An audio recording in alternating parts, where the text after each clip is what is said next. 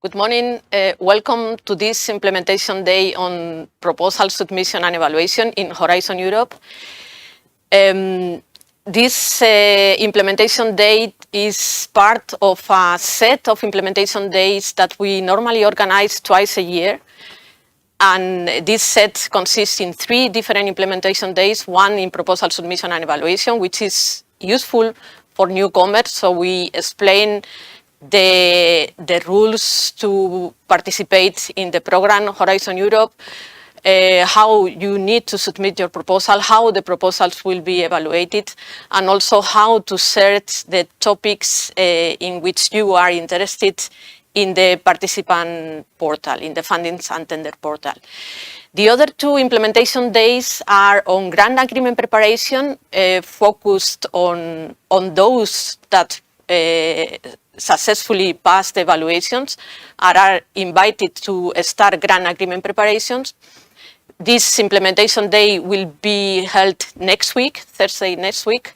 And then the third one is on grant management for those that have grants signed, running projects in Horizon Europe. And we give information on how to report the activities that you do in your project, how to report cost, etc. So as I said, we organize this set of implementation days twice a year, in early spring and early autumn every year. And we are happy that we are normally getting a lot of interest, so we will keep doing with this organization of implementation days. So coming back to today's meeting, for each presentation we will follow a question and answer session. You can post your questions using a Slido, and if I'm not mistaken, you will see in the, no, not yet. We will present in the screen what is the Slido code and the QR code, and then you can already post your question in Slido, but before posting your questions, please read the existing questions, because if there is already one similar question than the one you want to post, the best thing is to like this question, because we will answer the questions in the order of the most liked questions. So today we have 3 main presentations. We will start with an introduction of Horizon Europe, so the different parts, the type of activities that we fund in Horizon Europe. Then we will follow with a presentation on tips and tricks to use the funding and tender portals, how to search for topics in which you are interested, how to search for partners organizations, etc. And then the last presentation includes 2 subparts. We will present how to submit proposals, so what are the eligibility conditions for the different calls, etc. And also, we will also give you some information about the standard evaluation process in Horizon Europe. So let's start immediately with the first presentation, that it will be given by myself. So an introduction on Horizon Europe. So here in this slide, you see a global overview of the Horizon Europe program, which consists in 3 specific programs. Yeah. So as you can see in this slide, we have at the left, the box of the left, the specific program on European Defence Fund, which have exclusive focus on defence research and development. It follows their own rules, it follows their own program, but it's part of the Horizon Europe regulation. We have in the middle the big part of the Horizon Europe program, which is the specific program implementing Horizon Europe and the European Institute of Technology. This is the main Horizon specific program, and the whole day will be focused on this part of the specific program Horizon Europe, on implementing the specific program Horizon Europe, which you can see in the slides consists in 3 pillars: Pillar 1, Pillar 2, Pillar 3, Excellent Science, Global Challenges, and European Industrial Competitiveness, Innovation Europe, a cross-cutting area on widening participation and strengthening the European research area. As I said, we focus the whole day on this specific program, but we also have the Euratom program, which covers the areas of nuclear fusion, nuclear fission, and also funding the Joint Research Center. But this is also a program that follows specific rules and is implemented slightly different as Horizon Europe. So we focus, as I said, in the specific program on Horizon Europe, and here you have an idea, an overview of the budget allocated to this program, which I didn't mention, but this is a general program that gives grants and other types of funding to research and innovation. Activities in research and innovation. So you see here that the funding of the budget of the Horizon Europe program is 95.5 billion euros for 7 years of activities, so from 2021 to 2027. And you see also how this budget is distributed in the different parts of Horizon Europe. So you see here the biggest amount of the budget goes to Pillar 2, the Global Challenges and European Industrial Competitiveness. Then we have the Excellent Science, which is Pillar 2 with 25 billion euros. We have then the Pillar 3, Innovative Europe, with a bit more than 13 billion euros. And then we have the cross-cutting area on widening participation and ERA with a bit more of 3 billion euros. So before going into the details of the program, what I would like to present here is some changes and novelties that we included in Horizon Europe in comparison with the predecessor program Horizon 2020. So one of these novelties is the European Innovation Council, which is part of the Pillar 3, the innovative actions, and it supports funding to SMEs and mid-cap companies which are innovative and produce disruptive innovations that will have an impact in the market. In the European Innovation Council, we have 3 different types of actions. You see at the bottom of this slide the 3 different types of actions. So we start with the Pathfinder. So this part of the program of the European Innovation Council funds collaborative projects.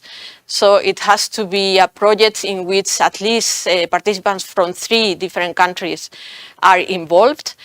And it funds activities that go from early technology to proofs of concept. Then we have also the transition part of the European Innovation Council, which go a bit further into the development of the idea, and it funds grants that cover activities that go from the proof of concept to pre-commercial. And then we have the biggest part of the program, which is the accelerator, which funds SMEs and mid-caps, individual organizations, and it covers activities that go from the pre-commercial to market and scale up. Yes, in the accelerator, we not only fund the activities via grants, but we also provide investments. So here the program also offers the possibility for the participants to ask for equity. So the European Commission will participate in the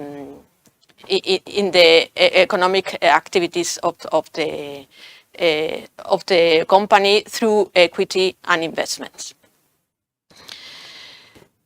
So another novelty in European in the Horizon Europe program is the European Union missions. So these missions are actions that have objectives that are a big scale, so they try to cover problems, big problems that we are having in our society.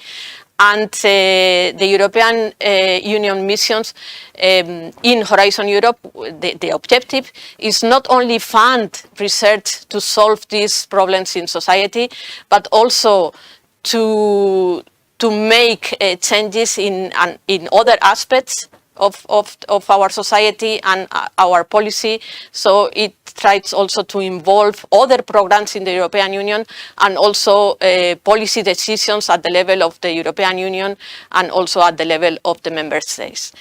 So we started the Horizon Europe program with 5 mission areas. So we want in Horizon Europe to solve the problems with the climate change.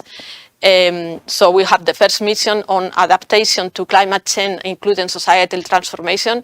We also want to offer solutions to cure cancer. So this is the mission of cancer. We also have we also want to have healthy oceans, seas, coastal and island waters. We also aim to have climate neutral smart cities and also want to have soil, health and food. So these are the main mission areas. So these are societal problems that we want to solve. We will, of course, invest in research in these areas, but the objective of these missions is going beyond investing in research, is also creating solutions coming from the policy aspects and other parts that are not research and innovation. So another novelty that happened in Horizon Europe is a new approach to European partnerships. In Horizon Europe, we not only give money through grants in different areas that we dictate, that we defined together with the member states, but we also fund or give grants to a group of stakeholders, asking them to define the areas in which we should fund or put money on research and innovation. This is what we call the European partnerships, and we have 3 modalities in Horizon Europe to do this, as you see at the bottom of this slide. Starting with the one at the right-hand side, so we have the institutionalized partnerships, which are in this case, what we are creating in Horizon Europe are legal entities with a unique and different legal identity, different from the European Commission. And then in these entities are have their own governing boards that in many cases are made by members of the industry, members from the European Commission, and in some cases we also include the member states. And then these institutionalized partnerships, they define themselves together with the industry, European Commission and member states, which are the areas in which we need to put money for research. So the best example of these institutionalized partnerships are the joint undertakings. So these joint undertakings define their own work programs. They tell in which areas we are going to open calls for proposals, and then they also decide themselves the evaluation modalities and who which grants will get funded. We also have in the middle the co-funded partnerships. In this case, we have grants given to a group of member states. So the European Commission gives grants to a group of member states. And the goal of these grants are to define jointly the program in different areas. So they defined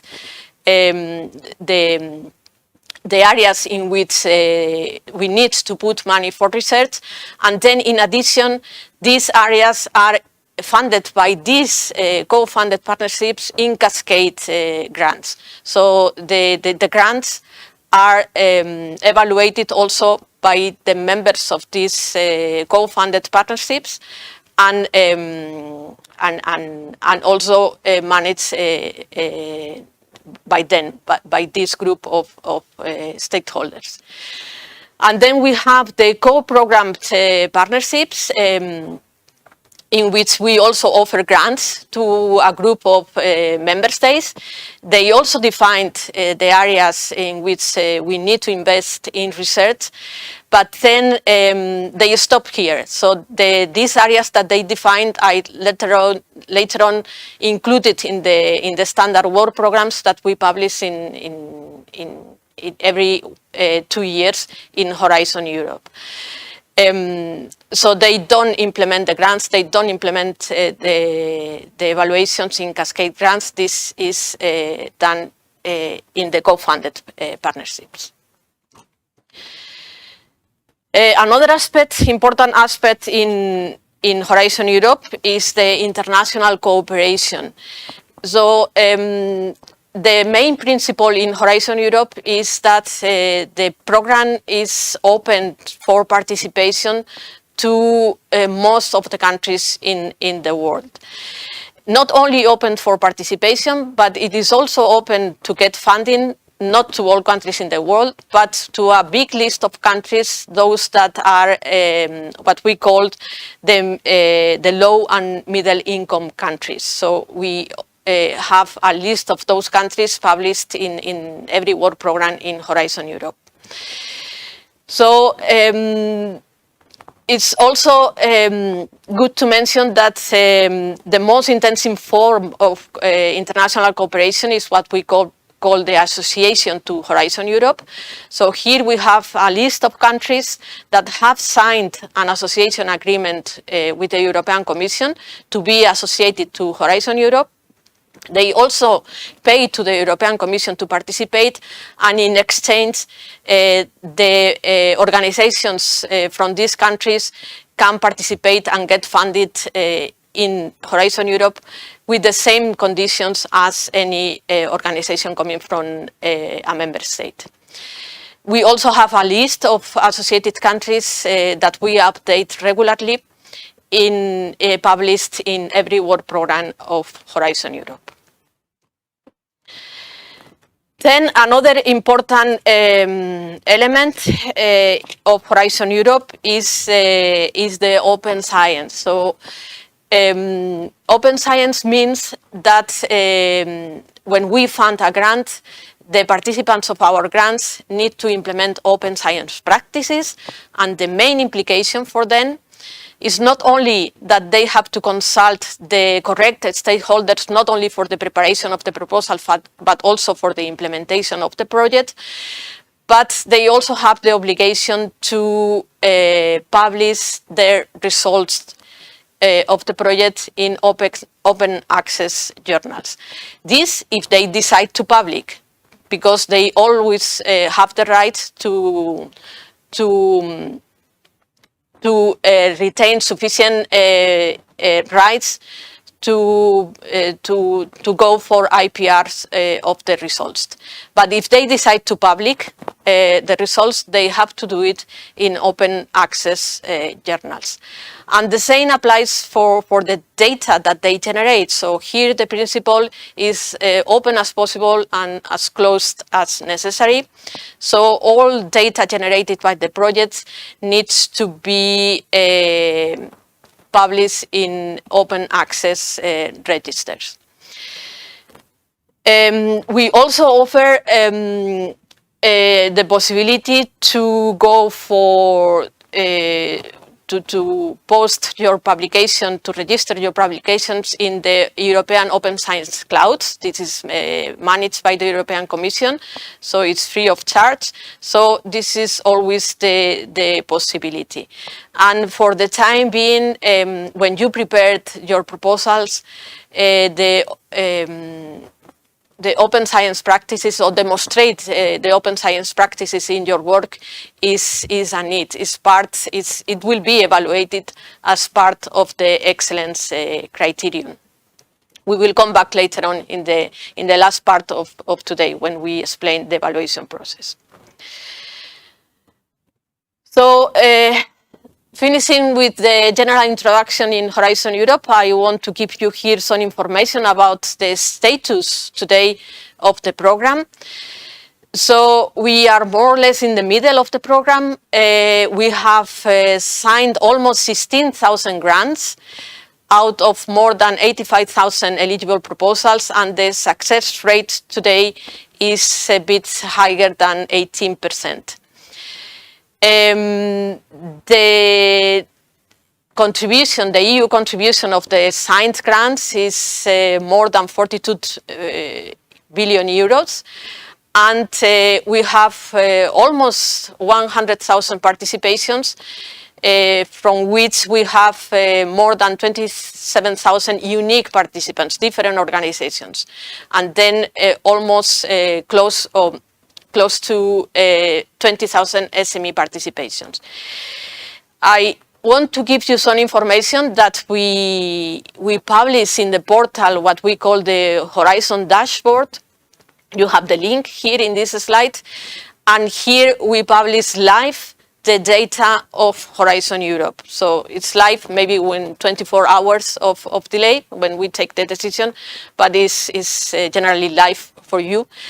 Here you have all the data, so how many proposals we receive, what is the EU contribution that they request, how many proposals we fund, what is the budget of those proposals, how much budget we are paying as EU contribution, what is the distribution per country, per type of organization, etc. You have here plenty of information. You can filter the information as you wish. You can perhaps know what is the funding going to your country. You can do so you can download the data.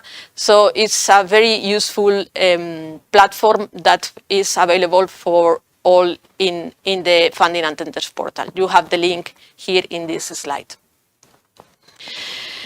So going now more into the detail of Horizon Europe, so I will go a bit more in the different parts of Horizon Europe, the three pillars. So starting with the pillar 1, which is excellent science. So here the overall goal is to extend the excellence of the Union's science base. And here we have 3 different types of activities. You have here the 3 different types. The European Research Council is the one with the highest budget, 16 billion euros. We have also the Marie Sklodowska-Curie actions with a bit more than 6 billion euros. And then we also have the research infrastructures with a bit more than 2 billion euros.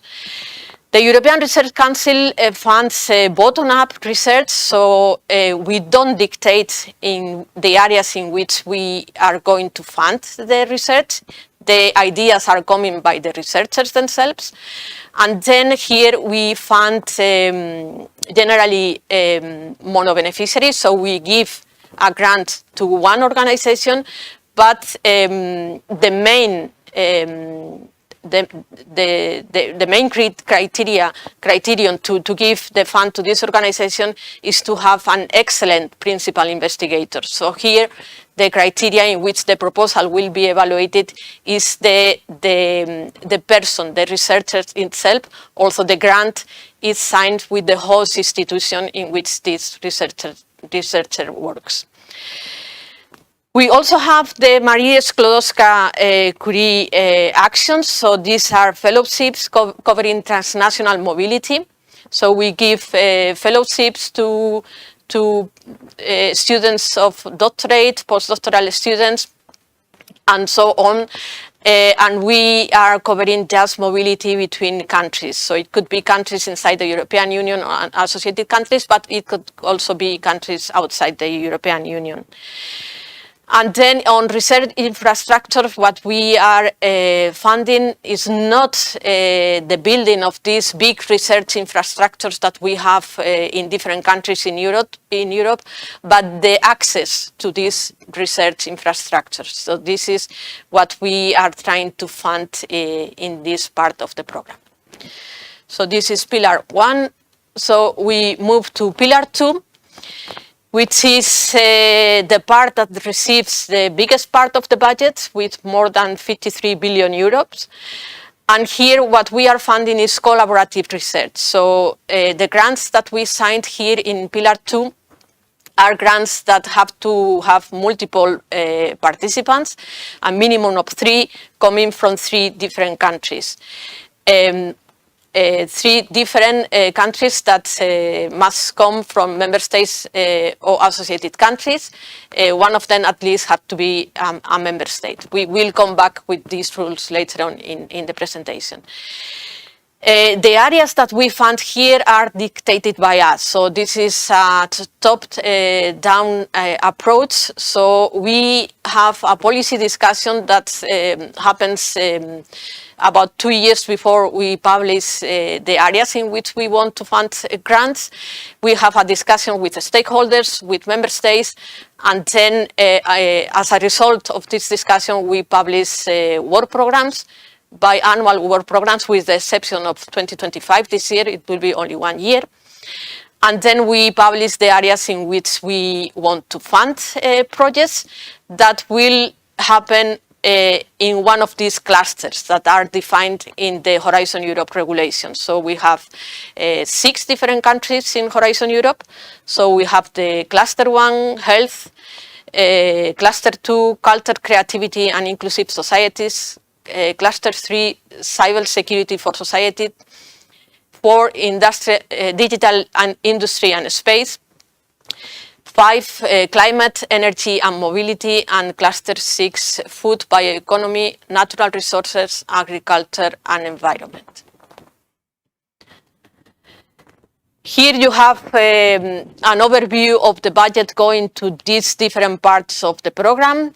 You see here that we have 2 clusters that receive a big portion of the budget. These are Cluster 4 and 5 with more than 15 billion euros.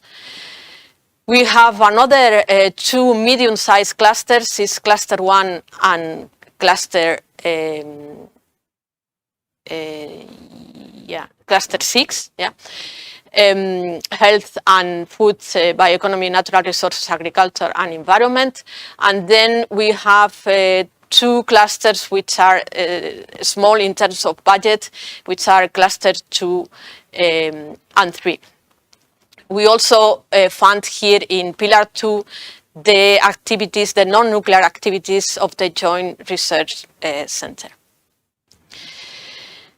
Then we have the Pillar 3 in Horizon Europe, which is Innovative Europe. I have already given plenty of information about the European Innovation Council, which is the biggest part in Pillar 3.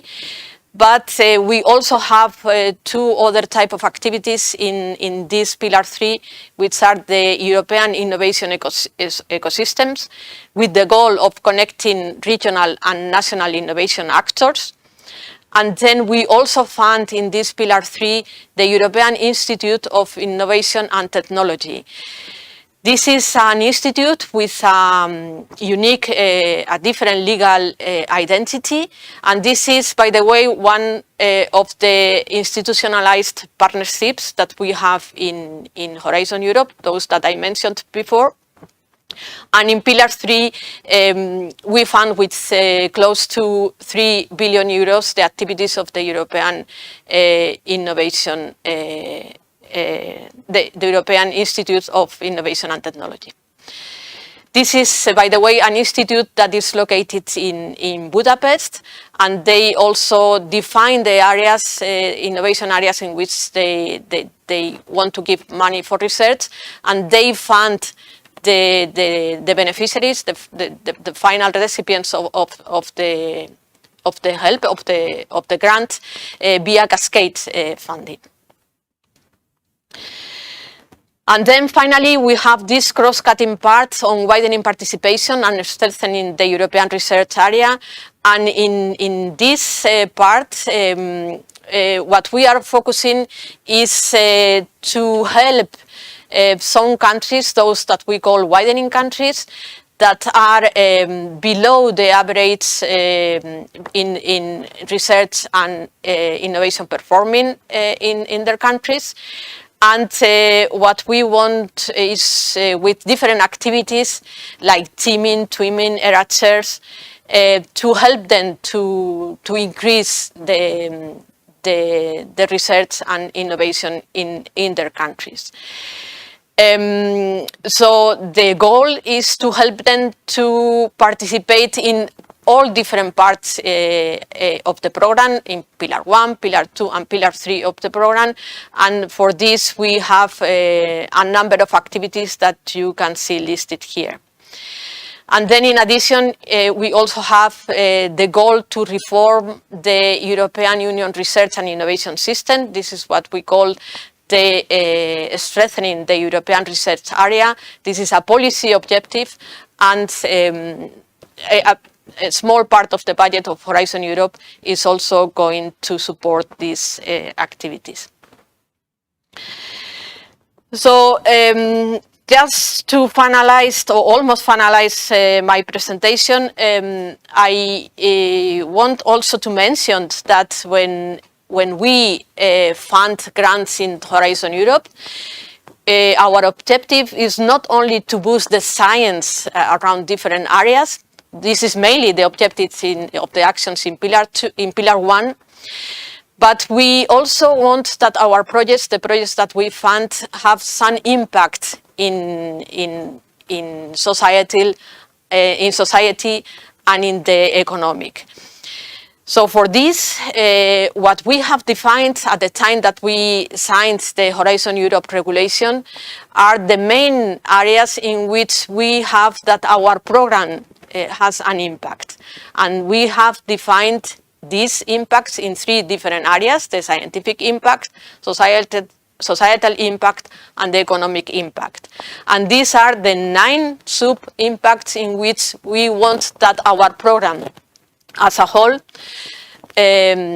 contribute to improve, for instance, the science, the high quality of the knowledge, strengthen human capital in research and innovation, fostering diffusion and knowledge in open science. These are the scientific impact. But we also want that our grants address the EU policy priorities and global challenges that deliver benefits and impact via research and innovation missions, and strengthening the uptake of research and innovation in society. And of course, we also want them to generate innovation-based growth, create more and better jobs, and to leverage the investments in research and innovation. These are the high-level impacts that we want to tackle with Horizon Europe. But what I would like to mention is that when we publish our call for proposal, in particular for the top-down in Pillar 2, so we will also look into the general impacts of our Horizon Europe program, and then identify how investing in the area that we are proposing, how this investment will benefit some of the impacts that you see here in the screen. And for this, we will specify more in detail for each topic that we publish, what is the expected impact that we want to obtain after funding and after putting money in projects working in this topic. Of course, all the expected impacts that we publish for every specific topic will have a link to these high-level impacts that you see here.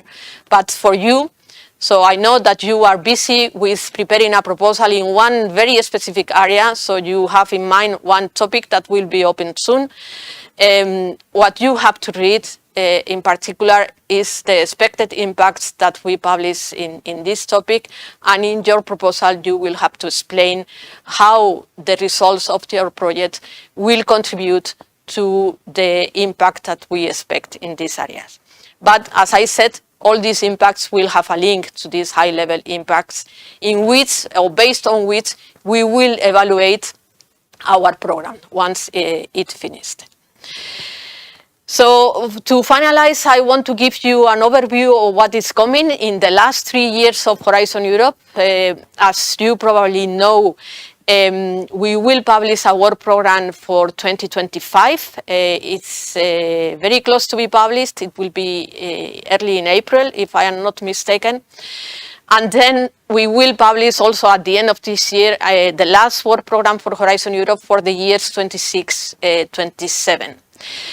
So all the topics that we will open in this work program, and this work program covers in particular Pillar 2 only, then they are based on the strategic orientations that we have defined for the years 25-27, for the last year of Horizon Europe, and that you see here, which are the strategic orientations for these 4 years. Of course, all the work is directed to go for the EU general policy focus on green transition, digital transition, and more resilient, competitive, democratic and inclusive Europe. And what we want to tackle in this last year of Horizon Europe is to promote an open strategic autonomy by leading the development of key digital enabling and emerging technologies, sectors and value chains. We also want to restore Europe's ecosystems and biodiversity and manage sustainably natural resources. We want to make Europe the first digitally enabled circular, climate neutral and sustainable economy, and we want to create a more resilient, inclusive and democratic European society. We have also already published what is the expected impacts that we want to obtain in all the grants that we will fund in these last 3 years of Horizon Europe. This is very small in the screen, but it's just to give you information that this expected impact is already published. You can already consult it. And all the topics that will be open in the work program 25 and in the work program 26-27 will address in every of these clusters these particular expected impacts that we have published already for the last years of Horizon. And finally, also for the last years of Horizon, we have also decided to create a second set of European partnerships.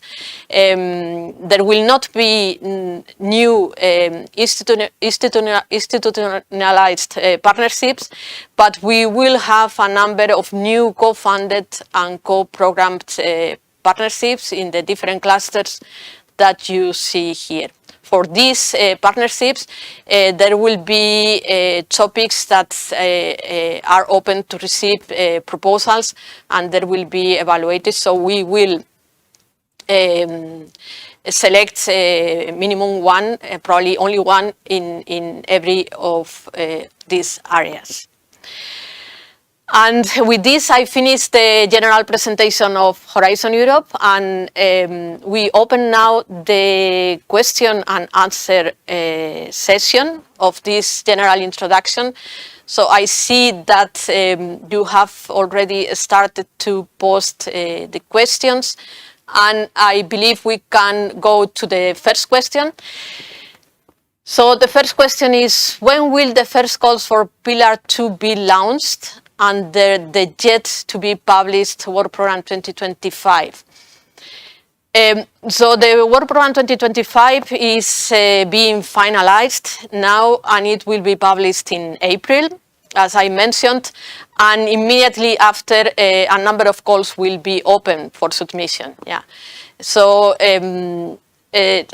the calls will be open. Not all calls will be open for submission the day that we publish the program, but many of them will be open, and then the rest will be open in the coming months. So we will not wait until the last part of the year.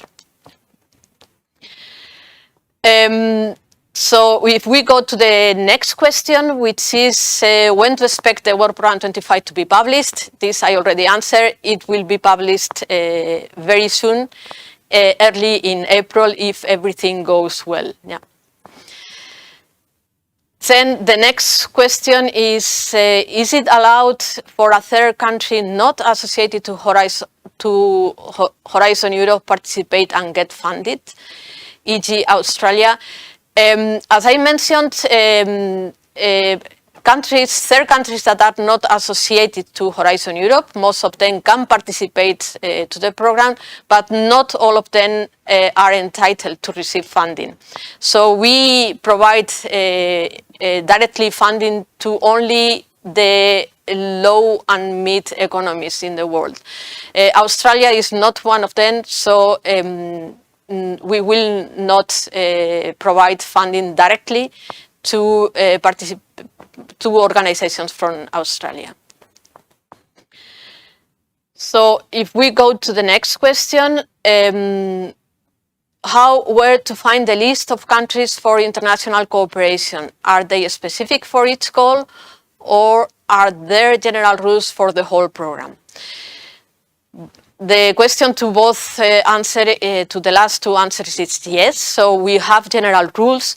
You can consult these general rules in the reference documents page of the Funding and Tenders portal, Horizon Europe program. And then we have there a document in which we list all the countries with the specific international cooperation that we have with those countries. But for each specific call, for each specific topic, we may also have particular rules that for this area we want to collaborate more with different countries, and this will be specified in the topic conditions of the call of the topic. Yeah. So a call has normally different topics, but when you submit a proposal, you submit it to a topic. So the conditions will belong to this specific topic. So we go to the next one. I need a list of the coordinators for the Horizon Europe call. Is it so difficult to find? No, it is so difficult to find anyone who can be coordinator for Horizon Europe calls. So in the portal, you also can consult all the projects that we fund, all the participants to the projects, and you can see there who are the coordinators of these projects. So this is information that you can check in the portal. Not only for Horizon, but also for other programs that we include in the Funding and Tenders portal. So if I go to the next question, so Horizon Europe statistics, 86,000 eligible proposals, success rate 18%. Why is the success rate so low? Because of the budget. Well, there are many reasons why it's so low, but in my opinion, it's because the budget is not sufficient to cover all the proposals that we received. So it is also a problem for us to have so low success rate. But we try to define very carefully the areas in which we want to put money to fund research, with one of the objectives to increase the success rates of these proposals.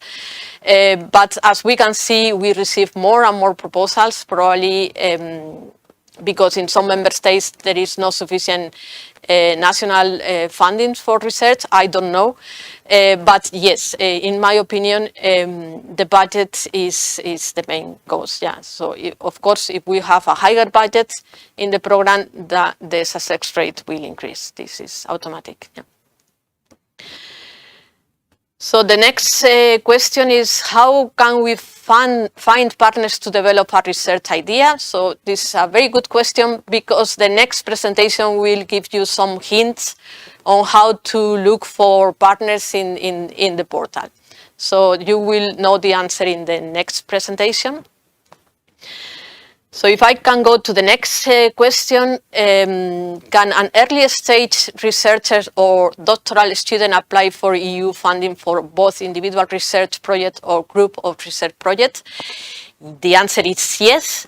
But as I explained, when we signed grants in Horizon Europe, we signed the grants with organizations. Yeah. So this doctoral student or postdoc student, they must have a link with an organization. We give the grants we sign the grants with the organization, with the universities. But what I want to mention here is that in Pillar 2, and in particular for the European Research Council, indeed we sign the grants with the host institution, but the main, the center of gravity of the grant will be the quality of the principal investigator. That could be a doctoral student or a postdoc, and also for Marie Sklodowska-Curie, which we fund fellowships. We also sign grants with the institutions, but we look into the CVs and the quality of the person that is going to do the mobility.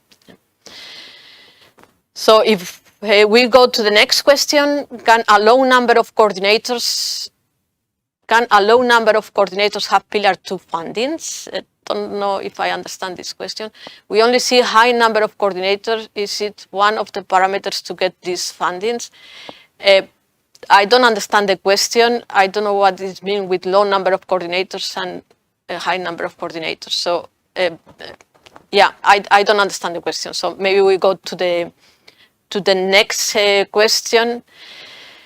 Can the projects funded last over the program time 2027? Of course, yeah. So we will publish calls until the last year of 2027, and those grants that we will fund during 2027 will last maybe 3, 4, 5 years. So of course we will fund these grants until the project is finished.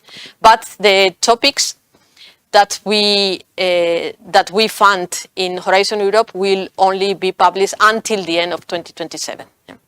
In 2028, we will have another framework program.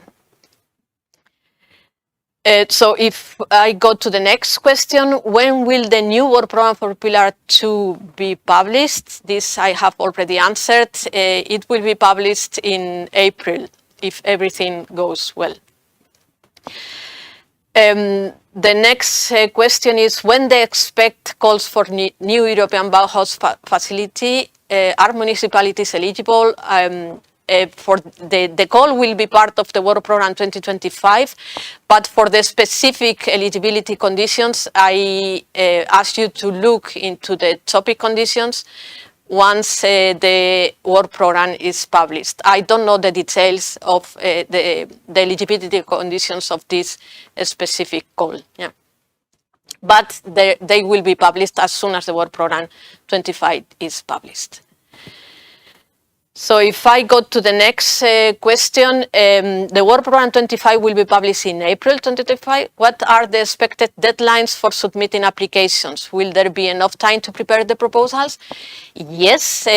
So as soon as the work program is published, we will open some of the topics for proposals, and the topics will be open for submission the standard time that we open all topics in Horizon Europe. These are around 3 months. This is the standard time in which a topic is open for submission in Horizon Europe. There might be deviations, and for certain topics, when there are deviations, these deviations are justified, but the standard time in which a topic is open for submission is 3 months in Horizon Europe. The next question is, who can I contact with questions about calls? We have a research inquiry service in the European, in the Funding and Tenders portal. You can always post questions there, and we always answer those questions. But you can also contact your national contact points. So we have a network of national contact points in its countries. They are familiar with the work programs, with the rules for participation of the program. They can help you to prepare your proposals, and moreover, they will speak your language. So these are probably the first contact point for you if you want to prepare a proposal. You have also in the portal the list of the different national contact points in the different areas and in the different countries published in the portal. And I think we go to the last question before going to the next presentation. So is how can we determine if a specific Horizon Europe call encourages international cooperation, given that most calls are within a European context? So international cooperation is something that we want to apply all across the program, but when we want to go beyond the standard rules in Horizon Europe, then we will mention this in the specific topic conditions. So you will have to read the specific topic conditions in which you want to submit your proposal. And then if you find there that we want specifically to have collaborations with a given country, you will have this information there. If you cannot find any information about international cooperation, then the standard rules, the horizontal rules of Horizon Europe will apply. And with this, I think we finish the question and answer session, and I would like to go to the next presentation, which will give you some introduction about how to use the Funding and Tender portal, tips and tricks on how to search for partners, how to search topics in which your idea will be covered. And this presentation will be done by my colleague Olivier MARGANNE, here now, and ready to start the presentation. Thank you, Olivier. Yeah. Well, thank you, Isabel. Thank you very much. Good morning, everyone. Indeed, my name is Olivier MARGANNE. I'm working as an external service provider in RTD H3. And I will take a step back. So we have seen I would say the theoretical part about Horizon Europe. And now we will see in practice how to use the Funding and Tenders portal and the basic principles that you need to know in order to apply for a call. So before I show you the very basic principles, let's already show what lies a bit further, because you have access to personalized services if you use first an EU login account. So this is really your unique identifier as a person. And if you register your organization, you will receive a PIC number, so the participant identification code. This is the identifier for your organization. A combination of those two things will give you personalized access to the portal services, and at a later stage you will see all the little characters that you see at the bottom of the screen. This will something that will intervene at a later stage, but just know that a combination of all this will give you access to a lot of services.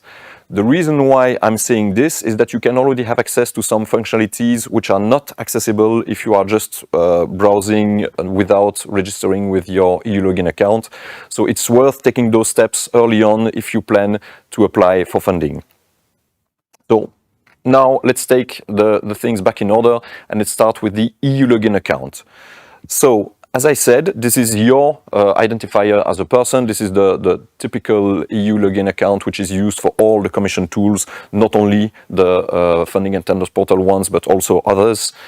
This is something which is very easy to do. You just need to click on register, you fill in your name and email address, and then you will receive a confirmation via email. You click on the link, set up your password, and basically you're done. What is important is that we ask you not to share your EU login credentials and not to use functional mailboxes either. There is one simple reason for that, is that at a later stage, when you are managing a project, anyone having access to your EU login account can go into the system and act on your behalf. So if there's any complaint whatsoever, if there's any issue, we can just trace the EU login account itself. We cannot say who was the person pressing the buttons. So for this reason, we ask you to have one EU login account per person. Once you are logged in on the portal, you will have access to this My Area menu on the left, which is the place where you will be able to really manage all the data which is related to your organization, your projects, and so on. And everything which is related to your EU login account will be accessible via the top right corner when you click on the little character icon, and you will have access to more options. For example, this one, My Account, which is really the place where you will be able to manage everything about your EU login account. So, for example, change the EU login password or manage the two-factor authentication. And talking about two-factor authentication, this is something which is really important. This is something which is becoming more and more common over the web, generally speaking, so not just the funding and tenders portal. The reason for that is that the combination of a username and a password is not enough to make your account secure, because if there's any data leak, as it sometimes happens, then anyone having access to this data can impersonate you on the portal. So the principle of the second factor authentication is to have a physical device that will be used as a way to really authenticate yourself on the portal. So you can have several methods for this. So you can install the EU Login mobile app on a smartphone or a tablet. This will ask you to scan a QR code or a PIN code in order to validate your authentication. Also, something which is not so well known, but which is really convenient, in my view, is the trusted platform. For example, the Windows Hello system, which has been implemented on all Windows 10 and upwards, all the Windows computers. This is, for example, using the fingerprint, facial recognition, a PIN code. So this is really linked to the device. It's a chip which is inside the computer. So if you are using several computers, you will need to set up all the individual trusted platforms.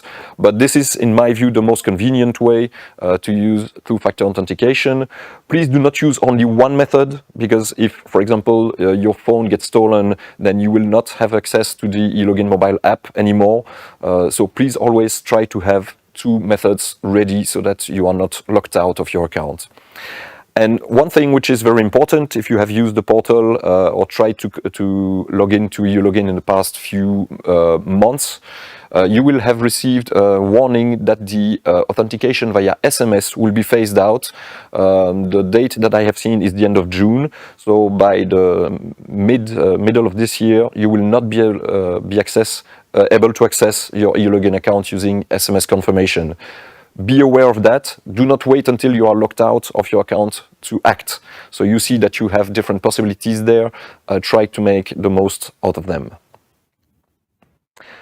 If you want to enable two-factor authentication, you just click on the little character icon, you click on Security Settings, and first you will need to register your mobile device or physical device, and then to actually activate the two-step authentication.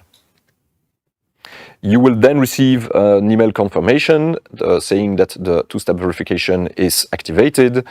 And then every time that you will need to log in to the Funding and Tenders portal, you will be able to choose the method that you prefer in order to use the second factor authentication. So that's it for the two-factor authentication. If you are interested in the subject, there will be a webinar organized, I think, in June that will be entirely devoted to the two-factor authentication. So if you go on the Funding and Tenders portal and if you go in the events page, this is where you'll be able to get all the information. Now for the second part about the participant register. So this is really the place where you can register your organization to receive your PIC, so your participant identification code. This is something which is needed if you want to submit a proposal. So again, you can do so before even actually applying for funding if you want to. This is the place where you can find it. So you go on the funding participant register. And here you have two different options. You can find an already registered organization, whether it's your organization or another organization for which you are looking for the PIC number.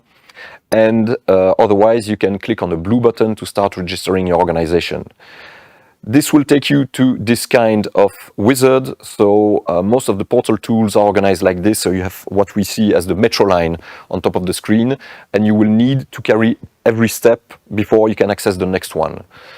So I will not go in detail here, but just know that we will ask for different kinds of information about your organization, some legal documents, some legal information will be needed, and you will then need to give a list of authorized users, and then you will get a PIC. So this is a process that can take just a few minutes, and you will have a PIC which is in declared status.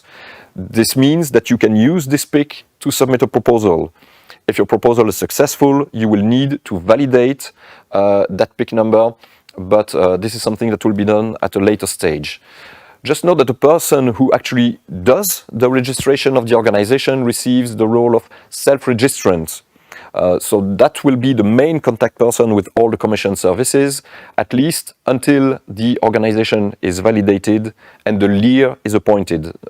So the LEAR, the legal entity appointed representative, this is a name that you will encounter many times in case you need to submit proposals, manage projects. This is the same thing as the self-registrant. This is the main contact person with the Commission services for the organization, but it only comes at a later stage when you are part of a successful proposal. As I said, you register your PIC. You can use it to start submitting a proposal, but it will need to be validated if your proposal is successful. Just two words about the legal validation. So this is a process that actually requires you to provide a list of legal documents to make sure that your organization is valid and that you are actually able to participate in an EU project. This is done by the Central Validation Service. And if you need to contact the Commission services while you are in the process of validation, then please do this via the participant register itself. So you just log in, go in My Organizations, and you will have a place where you can directly discuss with the validation services. A quick overview of the validation process. So once your organization is registered, the data is verified. We will ask you to appoint the LEAR, so that famous person which is responsible for your organization. And if needed, there will be also the financial capacity assessment phase, but it's only if you are part of a call for which this is needed. So let's assume that now you have both. You have the EU login account, you have the PIC. You can actually start searching for funding opportunities and most of all apply for those funding opportunities. As my colleague Isabel mentioned, the basic structure of the EU funding as it appears on the Funding and Tenders portal is that you have the portal with different programs. And for every program, you have a series of calls. And for each calls, you will have one or several topics. And the topic level is really the level at which you are actually submitting a proposal. So if you do a search on the portal, you will have this list of topics directly. But at least you now understand what is the structure behind those different funding opportunities that you can find. So depending what kind of funding you are looking for, you can go under the funding tab or the procurement tab. Funding is for the grants, so the non-profit opportunities to have activities funded by the European institutions. or procurements if you need to, if you want to sign tenders, so calls from the EU to buy goods or services at a fixed price. Those are the two different parts. Depending on which one you are looking to apply, then it will be either funding or procurement. I will only talk about the funding parts, but know that the procurement part is very similar to what I will say, so it should not be very different. So if you go on funding and calls for proposals, you will access this page with a lot of different topics. So you see all the cards that you see, those are individual topics. Now what you would like to do is to filter for those funding opportunities, because there are a lot of them reaching really a wide array of topics. So what you need to do is use the search, and you have this all filters button at the bottom, which will allow you to go even deeper if you want to go really at a very specific level into the search that you are doing. You can also type a normal keyword in the quick search and roll with it. Both are fine. Both options are fine. So if you click on one of those topics, this is what you will see. So you will have all the information which is specific to this topic, to this funding opportunity. You have this navigation menu on the side, which will give you some information about the kind of topic we are talking about, the budget, the deadlines, the type of action, the specific conditions and the specific documents which are needed to apply for this call for proposals, an overview of the budget, as I said. And you have also the partner search announcements and the start submission. There was a question about the partner search in the previous presentation, so I will talk about this right now. So if you click on this menu, you will see that lower on this page, you have the button to start the submission, but what we will look for is the partner search. So this is real page from the portal, which I took some screenshots from yesterday evening. So everything that you see is exactly as you will get it yourself. So if you click on View Edit, you will see all the partner search announcements that have been posted for this specific topic. So if you are looking for either you are an organization that is offering its expertise who wants to participate in a consortium, or whether you are an existing consortium looking for yet another organization to join, then this is the place to publish those requests, because they will be really specific to this topic. Just as a side remark, only the LEAR or the account administrators can post such partner search announcements. So it's good to know that the famous LEAR that I was talking about is a role that is really important, and this is one of their attributions. You can see that there are partner search announcements for both organizations and persons. So it's always clearly marked which one is which. Let's start with the organizations. And just before I talk about the organization profile, there's another way to search for partners. So we have under funding the partner search, and this is a more general search. So you can look for a specific topic, you can look for a specific program, you can look for persons, you can look for organizations as well. But this is another way. The only difference is that here it's not linked to a specific topic. This is really a general partner search. Again, the persons and the organizations are clearly identified, so there's no mistake that you can do. So if you click on a person, for example, then you will see the person profile. So this is mine. If you go on the portal, this is what you will see. You can contact also the person using the contact person button. This will require you to use EU login, so you cannot send an anonymous message to a user of the portal. That's important to know. And just so that you understand the information which is there, if you log in and go on the F&T user profile, this is actually the place where you can define all the information about yourself as a person. First, you need to choose whether you actually want to publish your profile, because by default it is not visible, it is not accessible to the other users. You need to actively publish your person profile. And you can see there on the right that you can really go very deep into the kind of details that you want other users to be able to see or not. So the little yellow eyes are the the information which you will see if you are looking for my profile, while the gray eyes, the gray icon means that it's information which is into the system but which will not be visible to other users of the portal. So you are completely in control of what you are showing or not on the portal. And again, by default, your profile is not visible, so there's no problem of data privacy here. You are completely responsible for this. If you click on the organization, on an organization in the partner search, you will have this kind of page. So what we call the organization profile, which is automatically created based on the data that we have about your organization, about the past participations in EU programs. So you can see here again, I took one organization at random. We can see that it was an organization which was beneficiary in different programs, the COSME, FP7, Horizon, and so on. You have a map of the different participation, the past participation in the EU funding programs, and below you will also have the partner search announcements for this organization. So you see that, for example, we were talking about finding people who were coordinators or who were just beneficiaries for a program. You can always tell what this organization was in past projects, for example. And you can see that here, for the past projects, we have this contact project button also on the side. And if you click on the contact project or the contact persons, you will have such a form. So just a few information here. You see that there's a name and an email address. This is my information because I clicked on contact organization. So what I want to say is that we do not display personal information about the people behind the projects on the Funding and Tenders portal. So this email will be sent to the people who were coordinators for that specific project.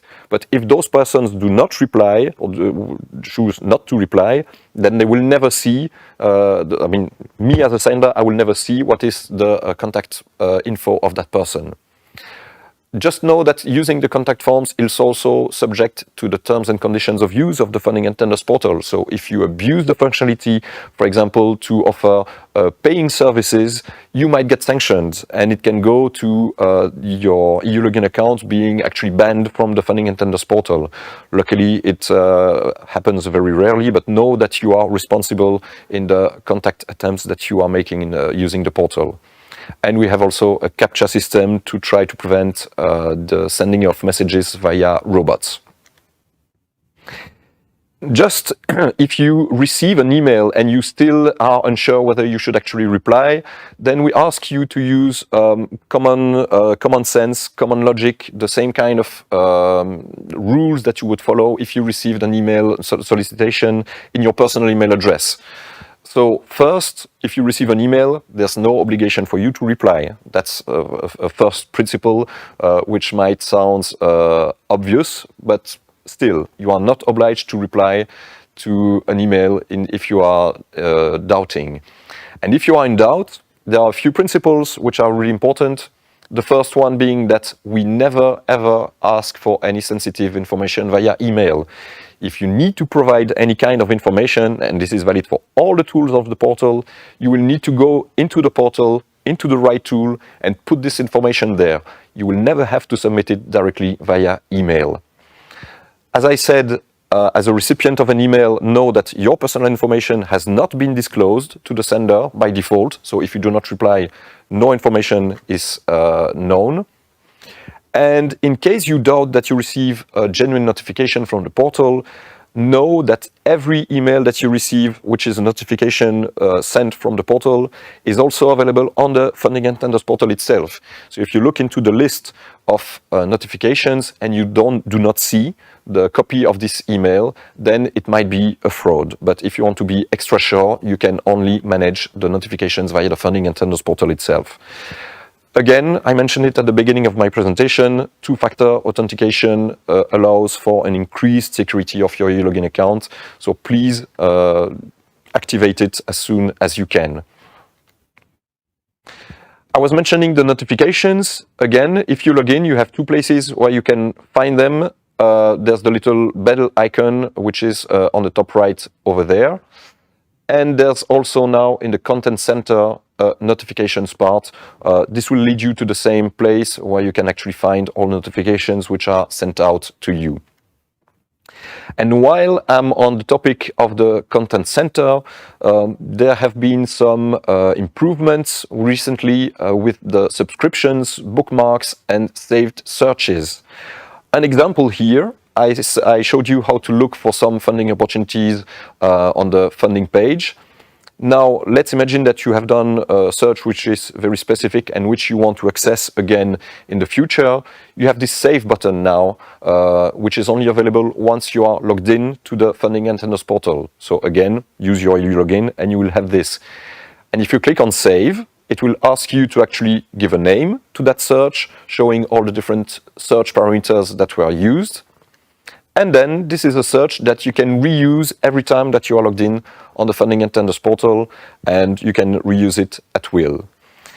And here I only talked about the, yes, so this is just an example. If I click on Saved Searches, this is the saved search that I just did. But this is just an example because there's much more. So there are subscriptions, there are bookmarks. The main difference is that when you bookmark an item, it's like you pin an item so that you can have access to it later, while items for which you are subscribed means that you will receive notifications when there are news, when there are new events touching what you have subscribed for. So it can be very wide, it can be calls for proposals, some EU-funded projects, organizations or persons, which I have just shown, Horizon results, FAQs, news or events. So you can bookmark, subscribe, and really get more notifications which are retargeted to you and to the topics that you are interested in. I invite you to just go there, just try and play a bit with it and see whether it can help you to actually find more easily the content that you are interested in. Now, we have talked about finding partners, finding funding opportunities. Now it's time to submit your proposal. I will just briefly mention, because this is the main topic of the next presentation, but if you want to start a proposal, you need to start from the topic page itself. So you need to go on the portal, find the right opportunities, and click there to start the proposal submission. Once your proposal is started, so it's a draft, it's submitted, or maybe if it has been refused or withdrawn, you should go in My Area, My Proposals. This is the place where you will find all the items which have been started. So don't make the mistake. If you have already started a proposal, you will find it in My Area. And the proposal is made up of two parts, some forms which should be filled in online, and a part B, which is a PDF that has to be uploaded into the system. Again, this is the topic of the next presentation, so I'm not going to go in detail about this. Now, let me go a few steps further. Let's imagine that you have applied to a funding opportunity. It was successful. Now you have a project that you need to manage. Just know that the choices that you make at the level of the proposal submission can have a small impact later on a project.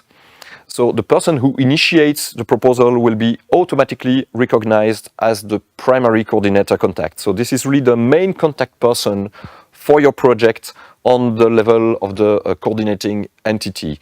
It does not mean that it cannot be changed afterwards, but by default, this is how that role will be given. And every main contact person that will be put in the proposal will become participant contact. So the top level roles for each beneficiary in a consortium. And as I said, roles are never definitive. It's possible to change afterwards, but know that that's how it starts at the very beginning. I talked about those roles. This is not the subject of today's presentation.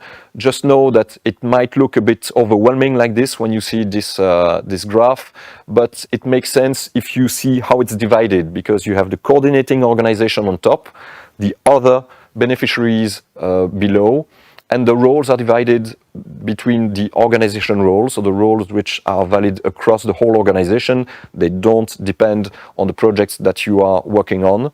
This is for the project roles, which are specific for each and every project that your organization might take part in. And there's also the case of the audit role. So in case your organization is part of an audit, it's also covered on the portal side. So very basically, If you have an organization role, you will go in My Organizations, and if you have a project role, you will go in Projects. So that's the very basic, let's say, of how roles work, and I have included a link into the presentation so that you can get more information about the nitty-gritty of all the roles if you are interested in.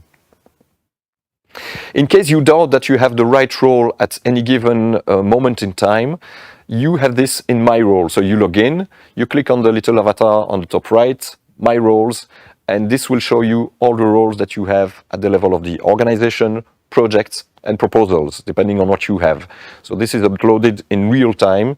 So if you are unable to access any part of the portal, then please first make sure that you have the proper role to do this. I would also briefly mention the project and results, because we have a wealth of funded projects on the Funding and Tenders portal, and you can get a lot of information which is publicly available as well. So you see that here it's in the project and results menu, an example of all the EU funded projects. So we are not talking about only the research project, but also for the other programs which are managed by the Funding and Tenders portal. And if you click on one such project, you will have all the kind of information that you see on Cordis as well. It's the same kind of information, except Cordis is for research, while here we are also talking about the other programs managed on the Funding and Tenders portal. You can also go in the research innovation results, which are of course here very much talking about research and innovation. For example, the Horizon results platforms and the Horizon dashboard. Again, that was already briefly mentioned by Isabel in the previous presentation.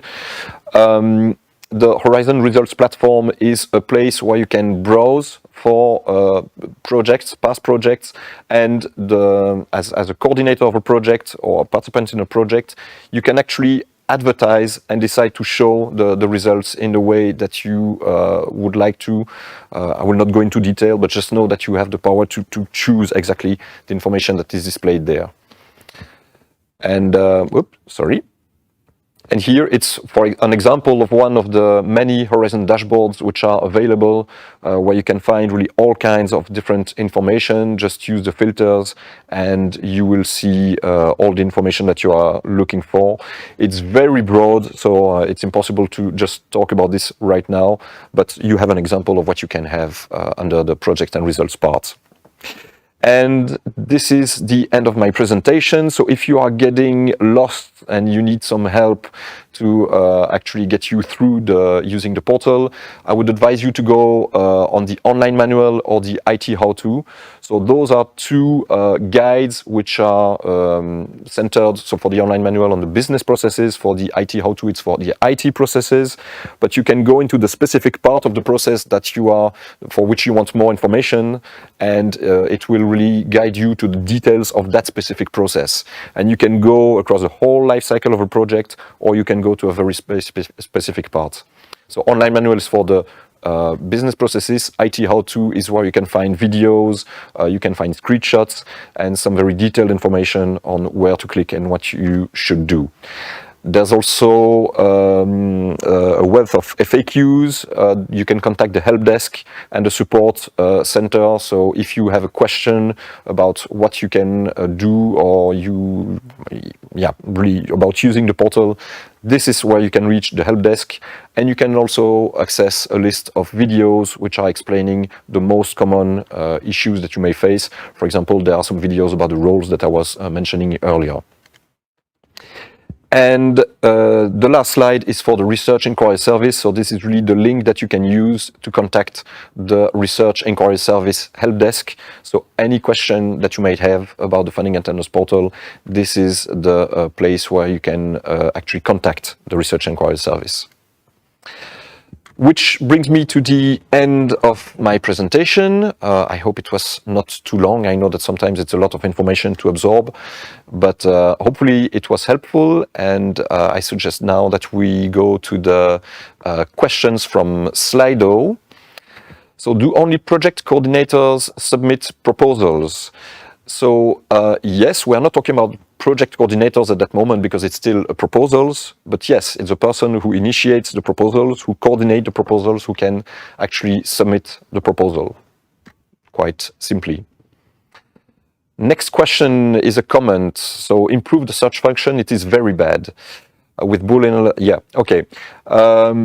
So we take note. One of the changes that were done to the search engine is also to allow the possibility to find related searches.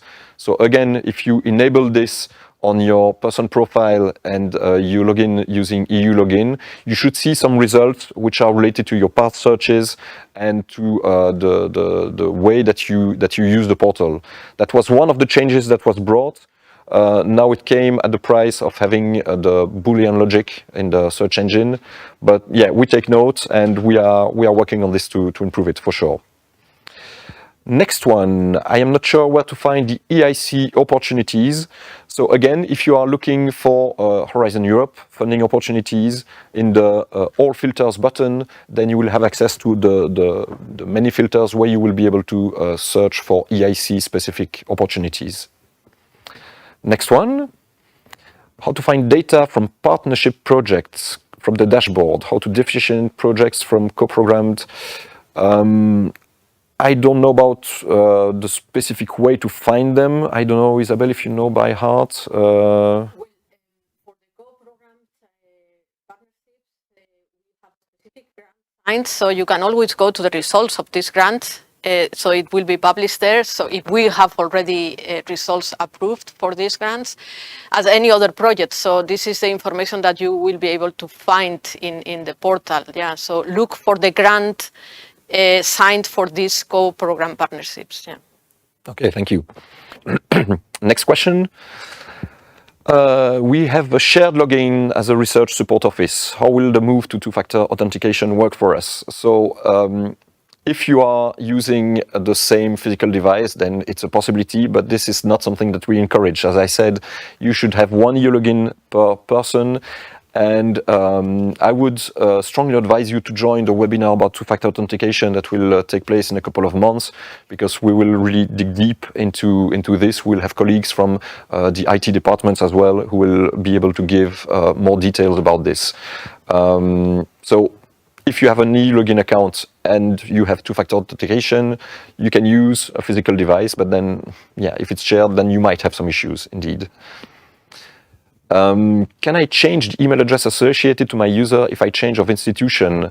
I'm pretty sure it's possible, and I would advise you to log into the portal, go in My Account, and there you will have everything which is related to EU login. So you have also a list of FAQs which are specific to the use of EU login, and this is the place where you will find all the information, because it's not specific to the funding and tenders portal. This is really a different service which is taking care of EU login. So that's the place where I would advise you to look for. Next question, why is it not possible to create partner search for all roles, not only LIR or account administrators? So creating partner search roles indeed for specific funding opportunity, this is only the LIR and the account administrators. This is to avoid redundant information, as the LIR or the account administrators are responsible for the data of the organization. It means that they will filter all recurring requests, or to remove duplicates requests. In the case of very large organizations where they have a lot of departments, for example, you may have a lot of similar partner search opportunities, and then it makes it difficult to find the right one. So you can still use the general partner search that I showed at the beginning, because you can find organizations the same way. But this is the reason why this is limited to the LIR and the account administrators. You can always ask whether it's possible to have a temporary role to the LIR, because you can get an account administrator's role if the LIR decides so, but this is something which is left entirely up to you. Next question, we will have still a couple of more, and then we'll go to the next presentation.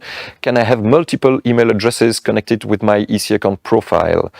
Not as far as I know, because this is really linked to the professional email address. So I'm afraid that in your case, you will have to work with multiple EU login accounts, unless I'm mistaken, but I think that's the way it works.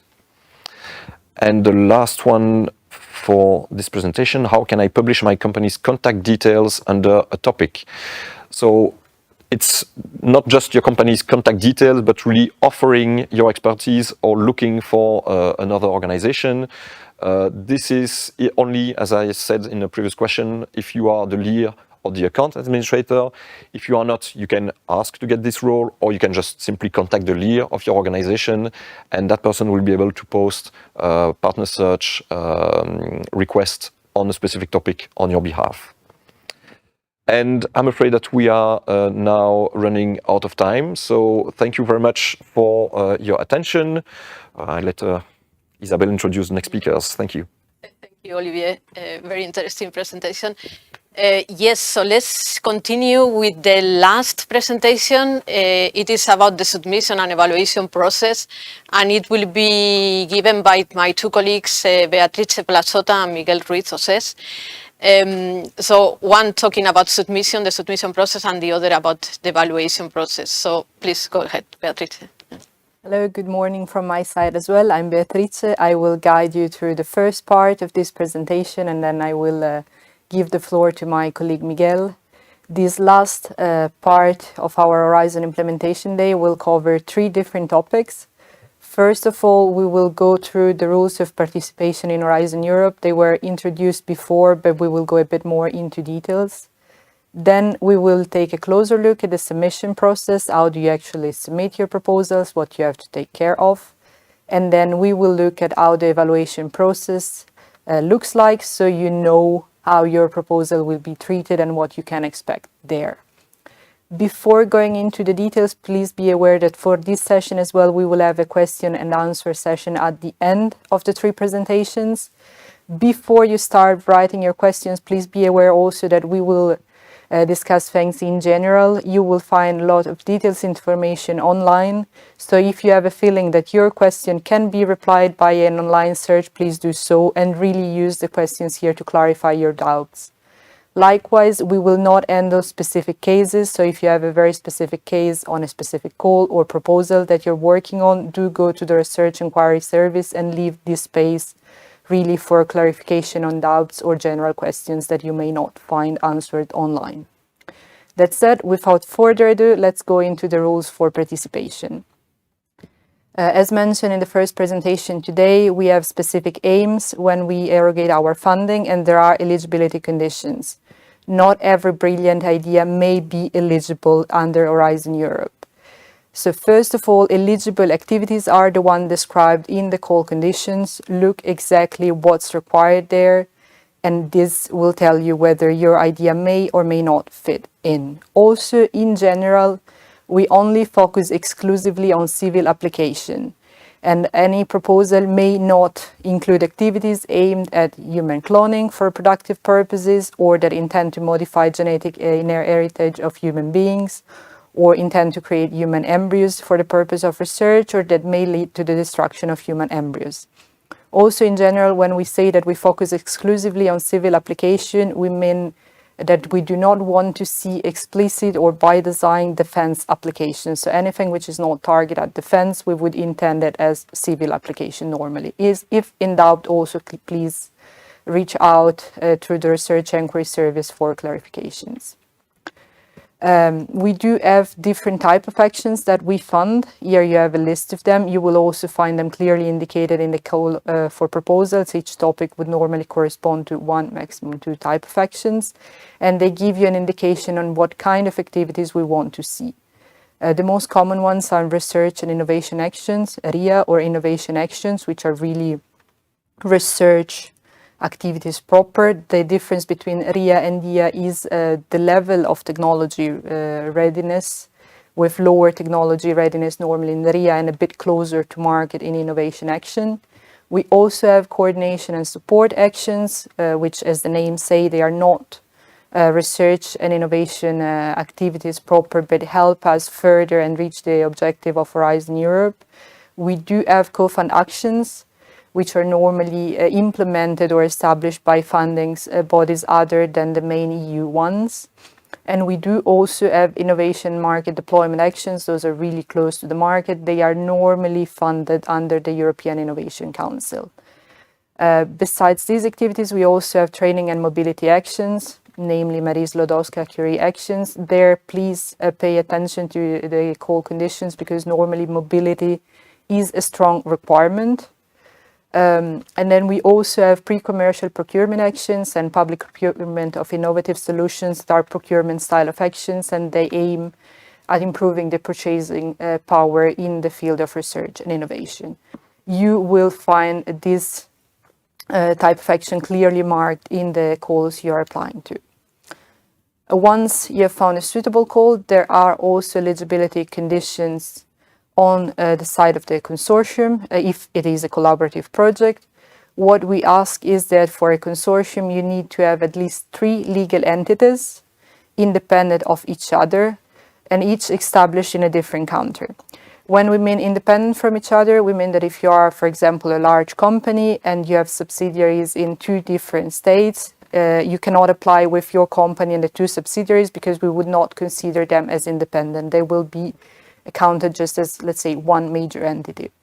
For the different countries, you have to have at least 1 independent legal entity in a member state, and then at least 2 other independent legal entities in either a member state or an associated countries. They have to be 3 different countries overall. On top of this, you can add as many partners as it makes sense. You can have multiple partners from the same member state or associated country. You can also have partners coming from non-associated countries. We will come back to that later on, but this minimum requirement is 3 legal entities independent from each other and in different countries. You also are required to have a gender equality plan. This is based on a self-declaration. We request you a self-declaration at proposal stage.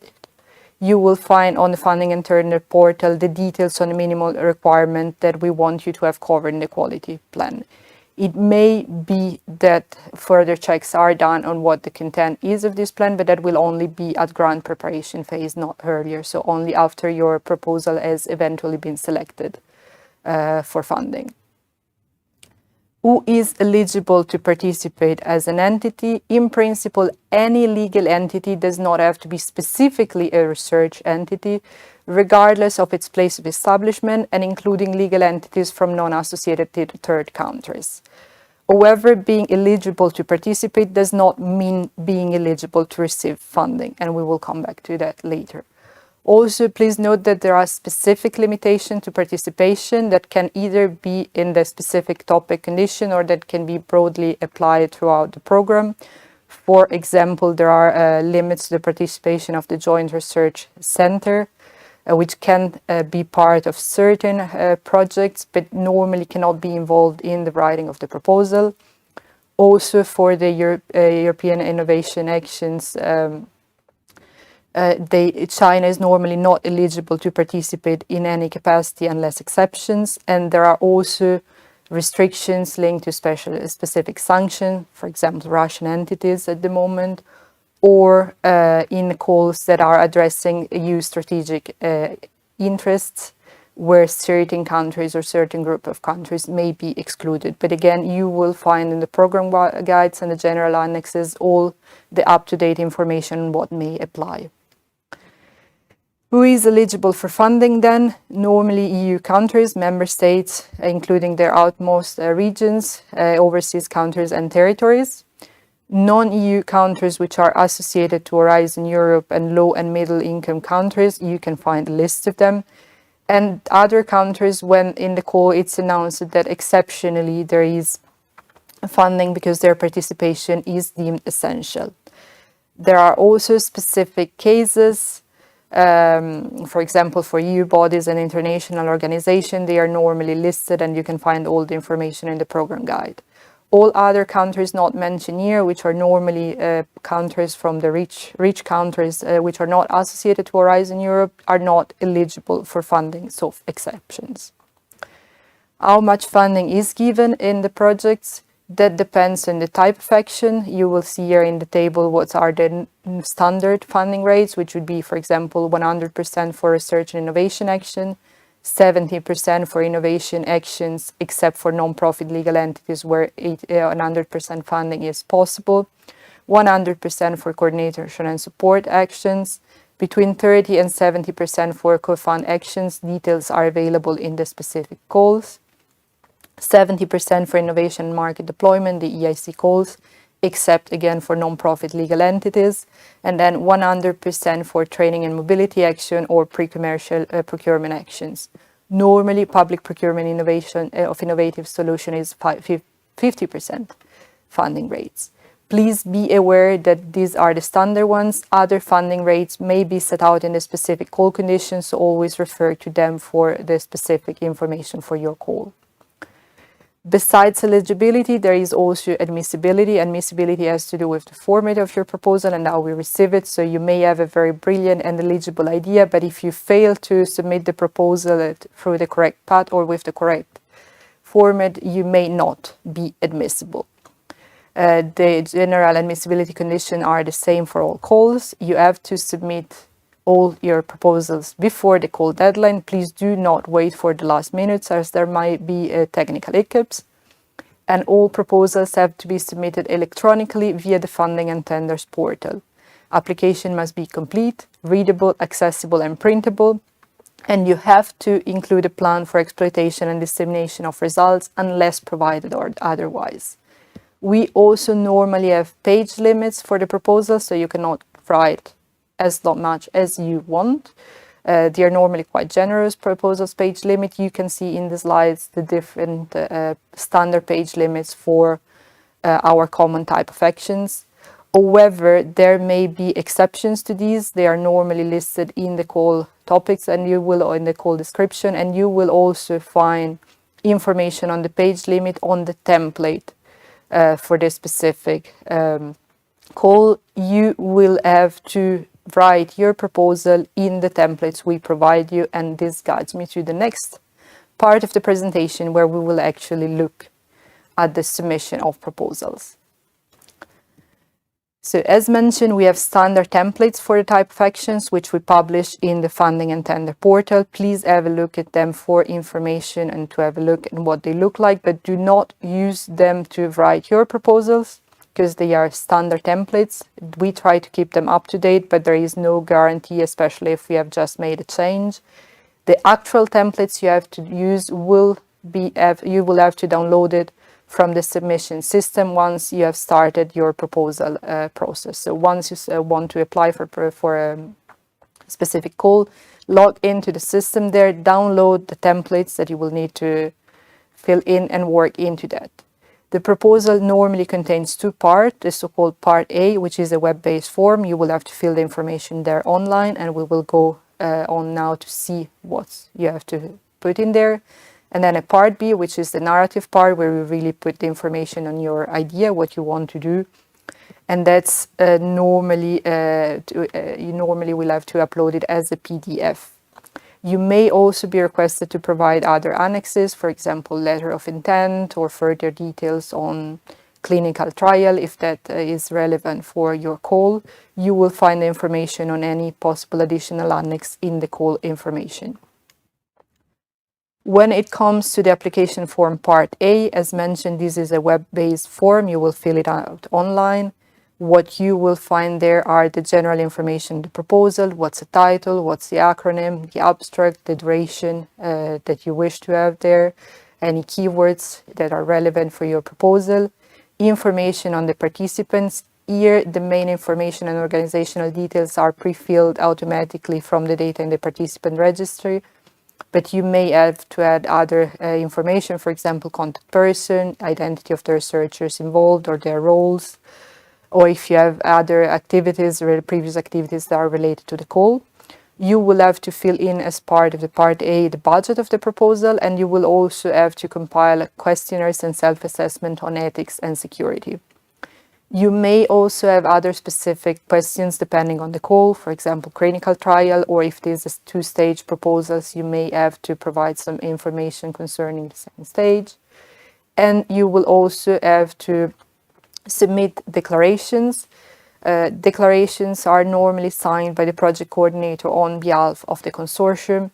the consortium can support in the preparation of in the filling in of the Part A application form, but the submission is in the end of the coordinator. When it comes to the Part B, that's the narrative part, as mentioned, you will find template in the submission tool. You have to download that version, because please keep in mind that we do keep them regularly updated. Normally we do not overhaul them majorly, but at the minimum we do keep the guidance up to date. Also responding to your feedback, because we want to make sure that things are as clear as possible and you have the best chances to have a successful proposal.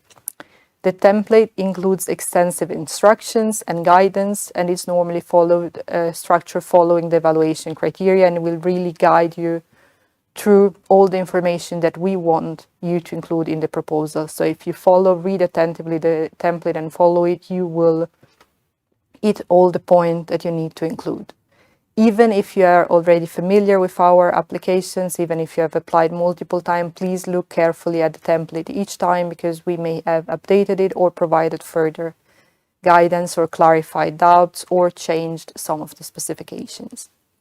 Normally there are page limits, and page limits are clearly announced in the topic text and are normally applied automatically. And if you attempt to upload a proposal longer than the page limit, you will get a warning. However, please be careful and check the page limits yourself, because that may not always be the case. For example, for certain joint undertaking calls, we do have page limits, but they are not enforced, because the page limits are on each section of the proposals and not on the document overall. So in that case, it's up to you to make sure you respect the limits. They will be checked manually by our project officers. What are the evaluation criteria that we use? They are the same as in the previous research and innovation programs. So normally excellence, impact, and quality and efficiency of the implementation. For the ERC, that would be excellence only. We had questions in the past for the ERC. Does it mean that we do not care about the principal investigation? No. For the ERC, we normally consider excellence both in terms of the technical idea and the proposal itself, but also excellence of the principal investigation. It's just that you will not be requested to describe specifically the impact or the implementation in your proposal.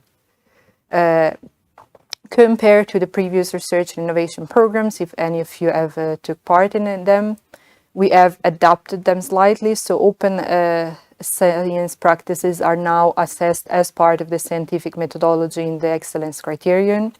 We also have a new approach to impact, which is the key impact pathways. You have heard a bit about them in the first presentation today, and we will talk a bit more in details about them later on as well. And also we now assess the quality of applicants under the implementation rather than a separate assessment of operational capacity. And last but not least, the assessment of management structure has been removed, as what we noticed is that it was very positive in all cases, so there is no need for us to assess it separately and to ask you to provide this information separately, as we always see that it was very, very good. Here you can find an example of evaluation criteria. This is for research and innovation action and innovation action, so it does not apply to all type of actions, but those are the most common. For example, you can see that in the excellence, we evaluate you against the project objectives, whether they are ambitious, go beyond the state of art, the soundness of the methodology, and whether you consider it appropriately gender dimension, open sciences, and the engagement of citizens, civil society, and end user wherever appropriate. Impact is normally the credibility of the pathways to achieve the expected outcome and impacts, and also the suitability and quality of the measure to maximize expected outcomes, so through the dissemination and exploitation plan and the communication activities that you're setting out. Quality and efficiency on the implementation is how you actually plan to do this in practice, so it would be the detailed work plan, the deliverables that you have, whether they are sensible, sensibly distributed in times, milestones, the role of each participant, the effort the different tasks, and also the consortium as a whole, and whether they really are bringing together the necessary expertise to make your proposal, your project successful in the case it is chosen for funding. When you write a proposal, there are key principles. You have heard some of them already, but we are repeating them throughout because repetita iuva, and it really helps if you hear them more. Your proposed work must be within the scope of a work program topic. Again, we do not fund just anything in any and anywhere. You really have to see what we are asking for. You need to demonstrate that your idea is ambitious and goes beyond the state of the art. And your scientific methodology has to take into account, or at least to consider, in its interdisciplinarity, gender dimension, and open science practices. We will go back a bit to these in a future slide. You should also show how your project could contribute to the outcome and impacts described in the work program, because we really want our research to have an impact in our society and to help us build a stronger European Union and a better European Union for us all. You should also describe the planned measure to maximize the impact of your project, and you should demonstrate the quality of your work plan, resource, and participants. There are a number of horizontal considerations to take into account. Open science across the program, that was mentioned in this earlier in the presentations, but we will repeat part of it later on.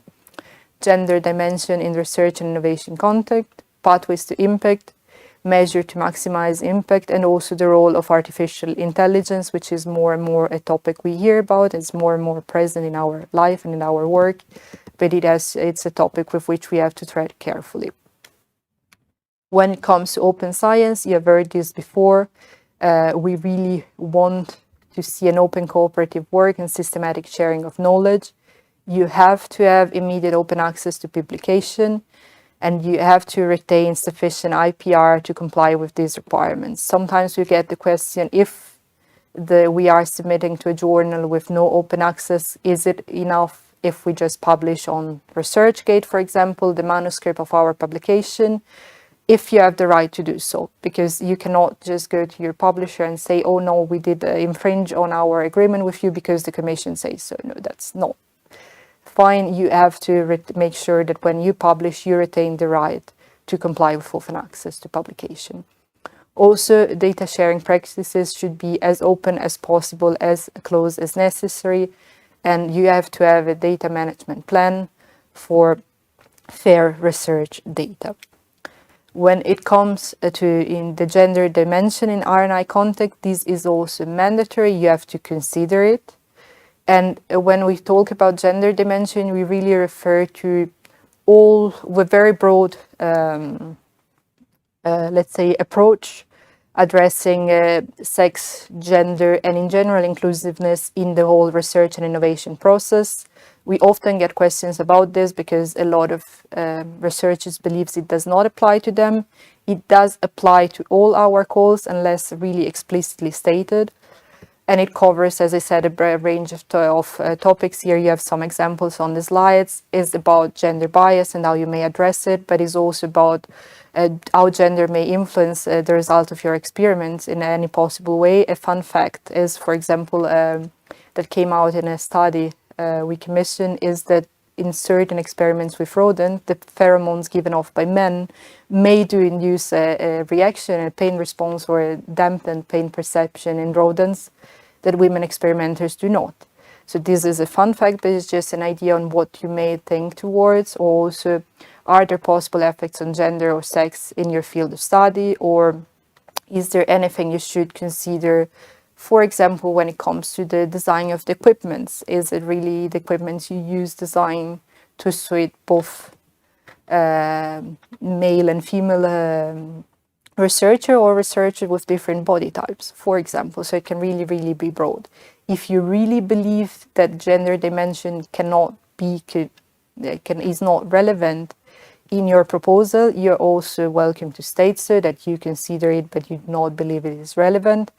But make sure that this is really the case, because we will ask our expert to check your proposals against these requirements, and if they believe that no, actually there were some gender considerations that you may have made and you missed, you could be penalized for this, because this is a strict requirement. When it comes to impact, as mentioned before, we want to link your results to our higher policy priorities. In these slides, what we are trying to show is how the highest, at the highest level in the table, the EU policy priorities translate into strategic orientation. You have seen them in the first presentation today. Impact areas, expected impacts. There was a slide with all the summary of this expected impacts in the first presentation. So if you want to see them, go back to it. And then to the expected outcomes that are described at topic levels. Your project results should be part of this chain of impact. You should reflect on how the results from your project can help reach these outcomes, reach these impacts, and at the end of the day, make the European Union a better place for all. When you describe the impact of your proposals, you have indeed to think about the specific contributions. So you will have, during the course of the implementation of your project results, but through dissemination and exploitation, you are expected to contribute to expected outcomes and expected impacts, with the expected outcomes being, let's say, more specific. For example, here we have an example where we want to have innovative accessibility and logistics solution in European transport section. If you have a grant working on system for European airports, you can say, okay, at least 9 European airports should be able to adopt our advanced forecasting system, because we will disseminate to at least these 9 airports and make sure they take it up after our project ends, and this would be the expected outcome. But then your contribution to the expected impact would be at a higher level. So you would, for example, increase the passenger capacity by 15% and passenger average throughput by 10%, leading to a reduction in infrastructure costs. So you have to try to be specific. Obviously, you do not know what happened in the future, but through the best of your ability, you can see what you aim to happen, where you can see your research having an impact after the end of your project. And this, obviously, we do not know what will happen, but you have to write it so in a way that it is credible and believable. When it comes to measure to maximize impact, this also means that we want to see a dissemination and explanation plan, enough details to be credible, and also a list of the communication activities you commit to make sure that the results of your project do not just stay in, a PhD thesis, which is just gathering some dust on a shelf, but really are known by all the relevant public and really make an impact on life and on society. There are also some other principles to be aware of. For example, the do not significant harm principle, which is in line of the European Green Deal general objectives. And economic activities should not make significant harm to any of the 6 environmental objectives that you can see listed in the slide. This is strictly for EIC actions, as the rest of the program does not cover normally economic activities. You're always welcome to refer to this principle, but again, starting from 2025, adherence to it is restricted to the EIC calls. Also, when it comes to artificial intelligence, we want to have a trustworthy artificial intelligence system. Should be technically robust, accurate and reproducible, socially robust, reliable and functioning as intended, and they should not further bias. We do expect you to take care of this anytime you develop AI applications or you use AI application, but explicitly for the EIC work program, you will have to demonstrate the robustness of your system while writing your proposal. For the other parts, we trust you implicitly to do so, and it will be followed up during the monitor of your grant. But for EIC, again, you have to explicitly demonstrate it in your proposals. Last point on artificial intelligence, you may want to use AI tools in the preparation of proposals. This is not forbidden. However, be careful when you do so, because you remain fully responsible of the content of your proposal. You should be transparent in the use of AI. You should mention that you have used it and what for, if it is just for spelling check, improving the grammar, or if it is really to create part of the content. And you should verify that what is written through the AI tools is accurate, valid, and appropriate. makes sense, and you have to provide as part of your list of sources and a citation also any materials that you have fed to the AI tool to produce your proposal. Also be conscious of the potential of plagiarism because you will be held responsible for it, and knowledge that AI tools have limitations and there is a potential for bias, for errors, for gaps in knowledge, so do use them consciously and at your own risk. That said, I will leave the floor to my colleague Miguel for the evaluation process. Thank you for the explanation about the submission process. Now I will talk about the evaluation process. I will give you an explanation of how this evaluation process is organized in Horizon. First is the time frame of the process. As you see in the left, the submission, which was described by Beatrice, ends up when the call closed, when the call deadline, and in that moment, the time starts for the evaluation process. We have in Horizon a time to inform of 5 months maximum. So this is the time where you should receive feedback from your proposal, either if it has been successful or it has been rejected. And then after the invitation, then at that moment, you will receive an invitation if you are successful for grant preparation. And then the grant agreement preparation starts, which should take another 3 months, having in total a time to grant of 8 months maximum. And then at the end, you will have the grant signature, which will start another different process. But regarding the evaluation process, I want to also mention that there are different types of calls and evaluation modalities. First, we have standard calls, where there is a single submission of a full proposal. Then the proposals will be evaluated against the 3 evaluation criteria already described before.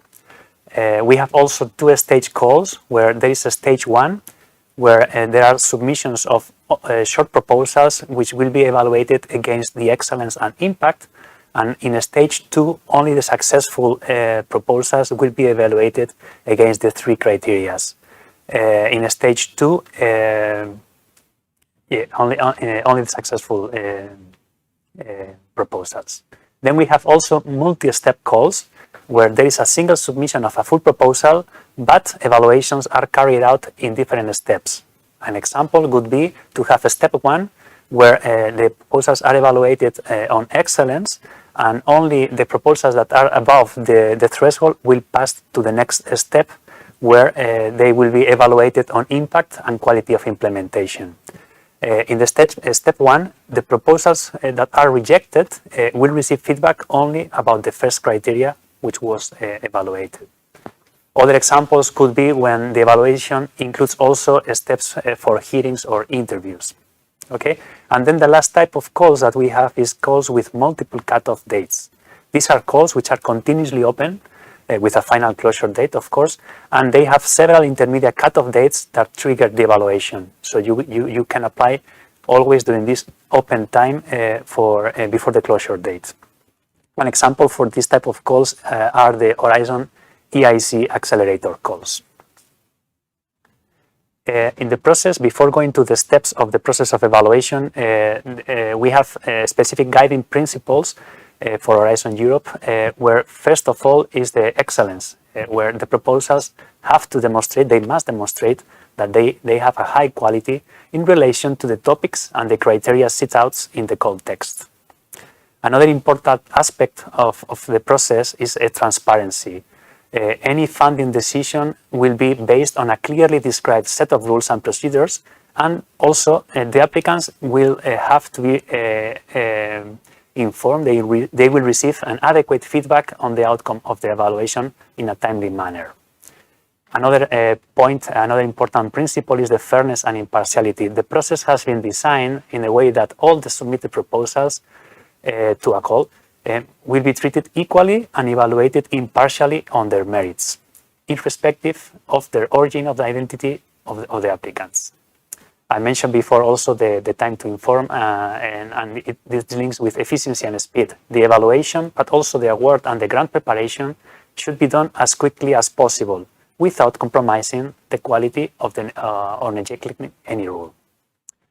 Also, in Horizon, as mentioned before, an important principle are, or two principles are ethics and security, where all the research innovation activities will be carried out in compliance with the fundamental ethical principles and the applicable rules on ethics and security. Another important aspect will be the confidentiality, because all the proposals will be treated confidentially, and the experts who will perform the evaluation will be bound by an obligation of confidentiality in the contract that they sign. Last, we have a strict data protection policy where the personal data must be processed under the EU data protection regulation. But let's have a look about the evaluation process in Horizon Europe. First, in Horizon Europe, the proposals are evaluated by independent external experts against the criteria that are set out in the work program. There are some exceptions, for example, the EIC, missions, and the collaborative support actions. In principle, there is a minimum of 3 experts to evaluate each proposal, but it is often, this number is bigger in many occasions. So, but the minimum is to have 3 experts. The process is designed in such a way that the individual experts will agree in a common opinion, and this common opinion will be the basis for the feedback that you, the applicant, will receive.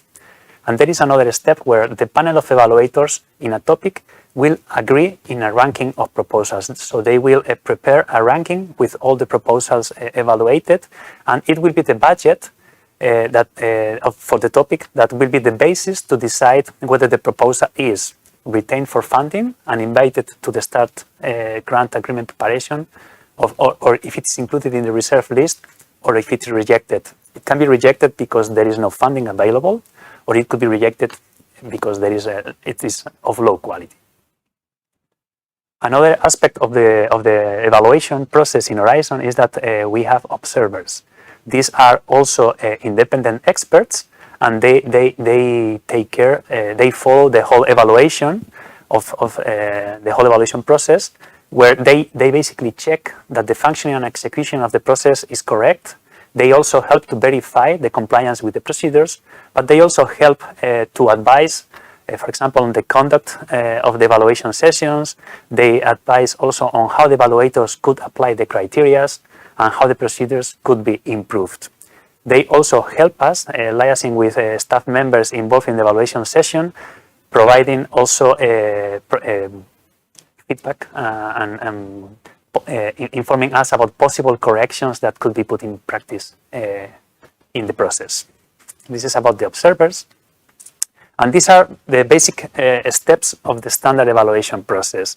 First, as I mentioned, we have individual evaluation of the proposals, where the experts individually assess each proposal. They, in this process, a minimum of 3 experts will evaluate each proposal, but as I said, normally they can be more than 3. Then we have the consensus group, where all the individual experts will discuss together to agree in a common position. And here they will include the comments and scores for each proposal. Then we move to the next step, which is the panel review, where they will reach an agreement on the scores and comments for the proposals, and they will check basically the consistency across the evaluations. If necessary, they will help to resolve the cases where the evaluators were unable to agree, and then they will rank the proposals with the same score. The last step is the finalization, when the commission and agencies will review the results of the experts' evaluation and put together the final ranking list. In the scenario where we have proposals with identical scores, especially for those that are close or around the budget threshold, the panel of experts will agree in the ranking following a set of criteria that is clearly described in the work program. The first point will be to address proposals that are dealing with aspects of the call that have not been covered yet by more highly ranked proposals, and this will be considered to have the highest priority. The second step will be the proposals identified under point 1 will also be prioritized according to the scores that they have been awarded for excellence.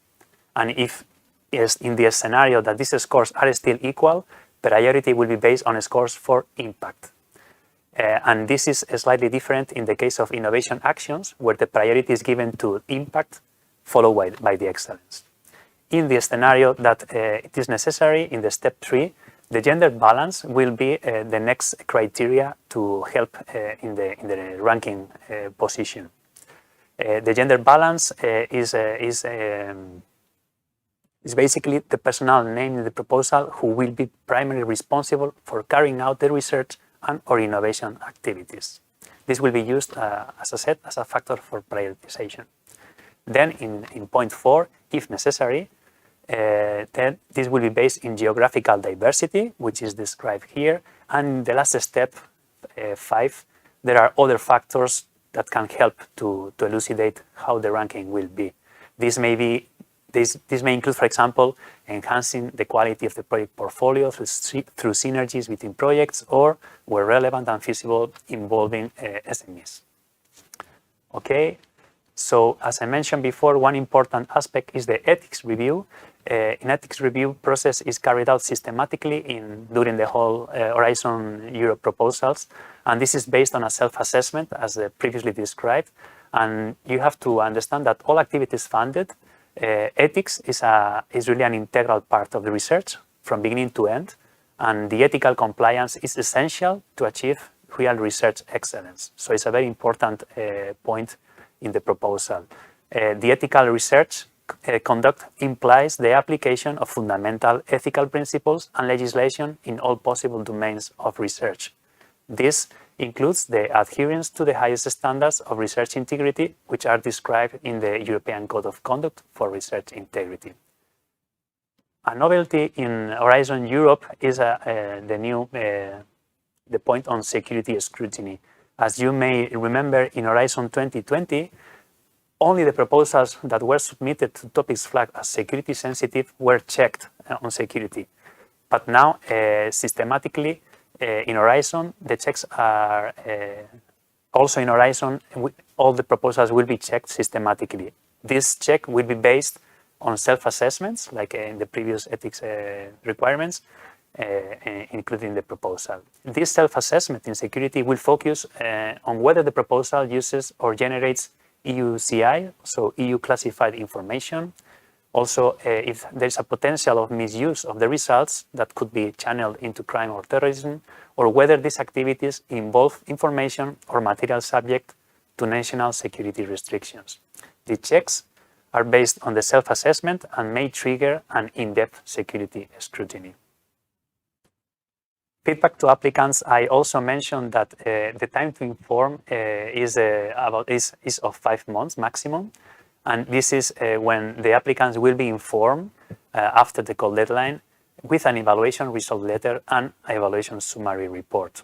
The outcome of this evaluation can be retained for funding, can be reserve list, included into the reserve list, or it can be rejected because there is no enough budget, or it can be rejected because the quality was low.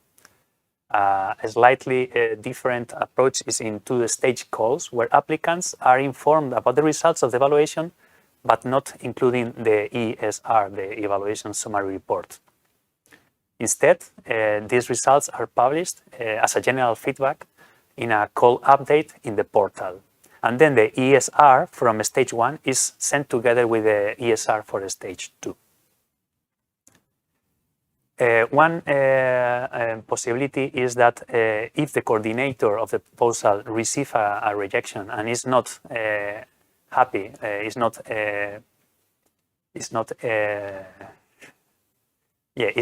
doesn't agree with the reply, can always request an evaluation redress, always within the 30 days after receiving these evaluation results. This is possible. The request for this evaluation review must be done via the Funding and Tenders portal. Here I make a note to remind you that once the redress review request is submitted, it cannot be edited. This is different from proposals which are editable until the call deadline. For redress, this is not the case. Once you submit a redress case for evaluation review, you cannot edit it. Be careful about that. A reminder that for an evaluation review, only the procedural aspects may be subject of a request for an evaluation. So the evaluation of the merits of the proposal will not be subject of the evaluation review. Okay, and the outcome for these evaluation reviews may be inadmissible because the request was submitted out of time, for example. It can be unfounded because there is no sufficient evidence to support the complaint. So the results of the evaluation are confirmed. It could be that there is no influence on the outcome because even if there is evidence to support the complaint, but not the reevaluation because the shortcoming is limited to a certain parts of the evaluation and it didn't influence the overall outcome. Or funded, which means that the proposal will be reevaluated because indeed there were procedural errors, factual errors. And this is the last slide where it's just a reminder, a kind reminder that since we need experts to evaluate proposals, we keep a call for expression of interest for experts. This call is continuously open in the portal, and you are kindly invited if you feel that you have knowledge and you consider as an expert that you can help us to evaluate proposals.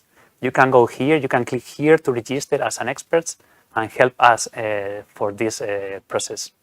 Thank you very much, and this is it for the moment. Thank you. Thank you, Miguel and Beatrice. So I propose we start now with the questions. So let's start with the first question, which is, we often see the same organizations being successful in many 20, 30 projects at the same time. Are there any provisions to widen the range of beneficiaries? So, indeed, we know that we have applicants, we tend to be successful in different projects. This is not against the rule, and there is no rule to neither encourage nor discourage this. Everyone is welcome to apply.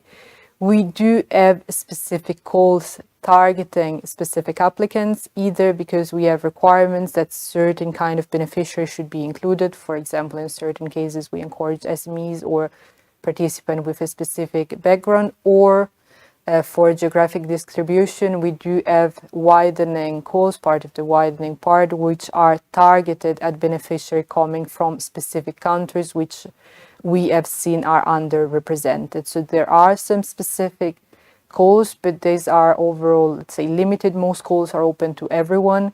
And we do encourage each applicant, no matter what's their role, no matter where they come from, to apply.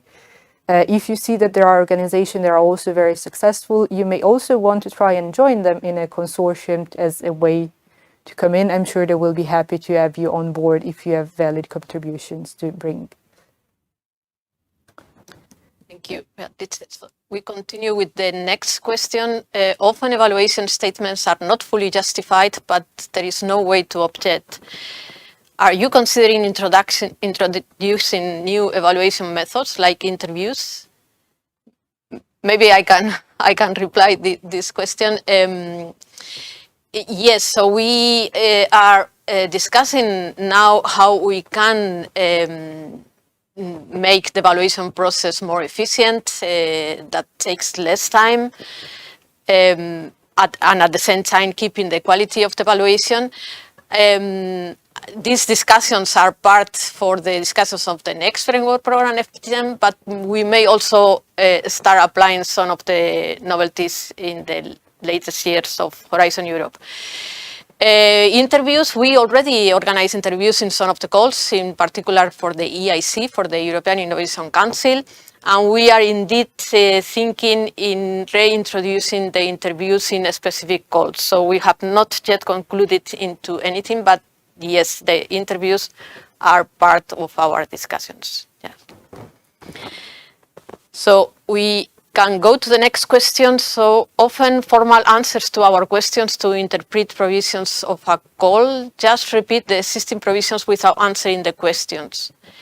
How to deal with this? Yeah. Okay. So first of all, I would say be very specific with the question you're asking. Do consider whether it's sometimes better to ask your national contact points. When you ask directly to us formally, please consider that we cannot be partial to you as an applicant. We have to be transparent with the information we provide, so we cannot give you advice on or tell you what to write in your proposal. We can just reply very specifically if you have a clear doubt. So wording your questions appropriately will really help. We cannot, as I said, interpret the call for you. We can just really give you punctual reply if you have very specific questions on them. Again, for fairness to all applicants.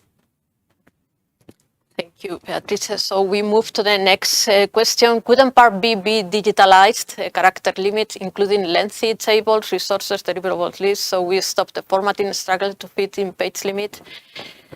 To be honest, I do feel that having the option to work in a file and then upload it is most convenient for most applicants, because there you may see it as a formatting struggle, but you also have the flexibility to include any item that you believe helps bring your proposal, make your proposal clearer, which may be images or maybe other pieces of information, table of resources that may not be as easy to digitalize. Also, please keep in mind that we normally put in the instruction also what kind of type font you should use, so you should really not fiddle with the formatting just to fit in the page limit. If you see that your proposal is running long, just try to reword it or cut it rather than fiddling with it, with the formatting. Yeah, thank you. Just to add here that this is indeed a very old discussion. I don't think it's very difficult to digitalize the Part B, but our understanding is that the applicants are not fully happy with this. Yeah, they prefer to upload. This is one step in the submission, to upload just a file. So if imagine that a consortium needs to apply for submit a proposal 10 minutes before the deadline, asking to introduce all the information via web forms of Part B, this will take a lot of time. But indeed, this is a long discussion. It was on the table for many years. So for the time being, we decide to keep the PDF. But in the future, if we have a better technology that allows easy entering the data in Part B, we may move to web forms. This is to be decided. Yeah. So we go to the next question. Is the success? I think we didn't answer the previous one, so I lost it. So we go to the. Yeah, but I think it was whether the success rate is low due to high threshold or to low quality. The success rate is the number of proposals which are funded. Some of them are not funded by low quality, but also some of them are not funded due to oversubscription.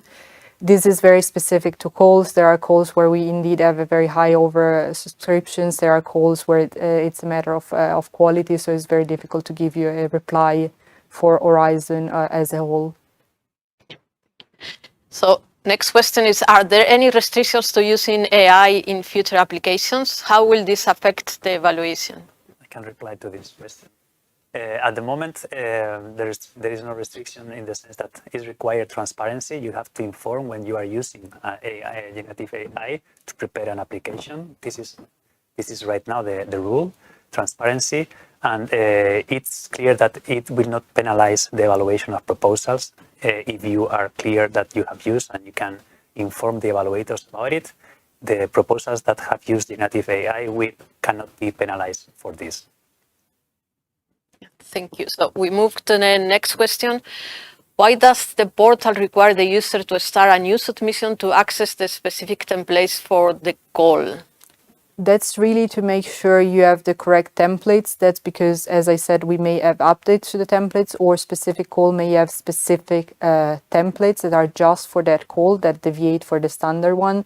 In this way, if you have to look into the submission tool, you're sure that the template you're using is the correct one, because if you use the wrong template, you may be penalized because you may not have the right guidance, you may not have the right page limits listed there, and it may be an issue for you. You can always look at the standard templates to have an idea on what kind of information we ask, what's the kind of formatting, but we really want you to look at the template in the submission tool to make sure that you are safe, that you are using the right one, and you will not be penalized for a stupid mistake as using the wrong template. Thank you. So we move to the next question. So you expect projects to have an impact on the ground, but research dominates and other types, e.g. local partners, have much lower chance. Measures to address this? So I'm trying to interpret a bit the question. Yes. So if you see me hesitating, that's the reason.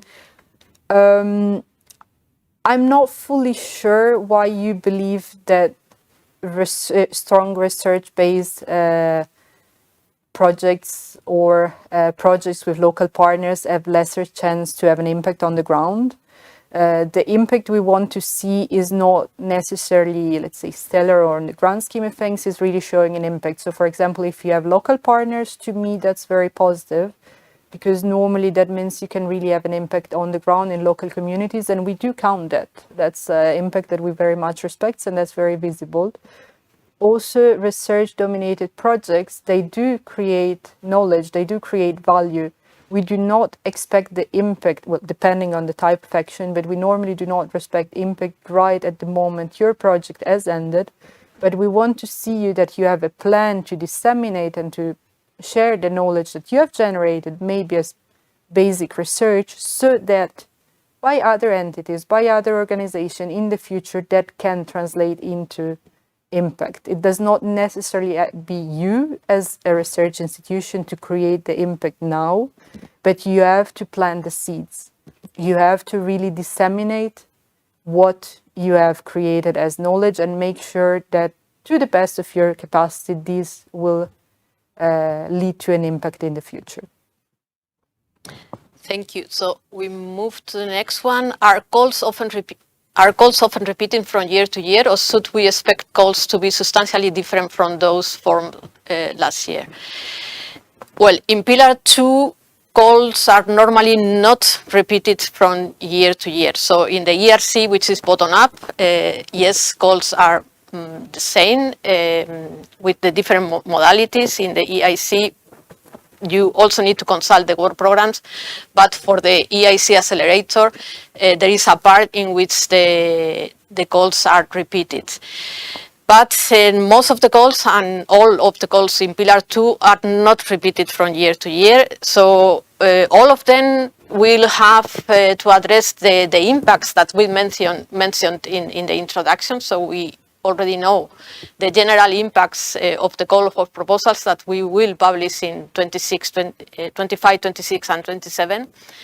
But the specific goals will not be repeated. So you will have to read the work programs every year. So we move to the next question. Will there be guidelines by the EC on the evaluation of technical robustness and ethics of artificial intelligence systems beyond the slides in the current evaluator briefing? No, well, they may, the slides and the evaluation briefing may be updated. We normally update them regularly. Please notice that, as mentioned in the presentation, for technical robustness is now an explicit requirement only for the European Innovation Council calls for the main work program, Pillar 2, Marie Sklodowska-Curie action.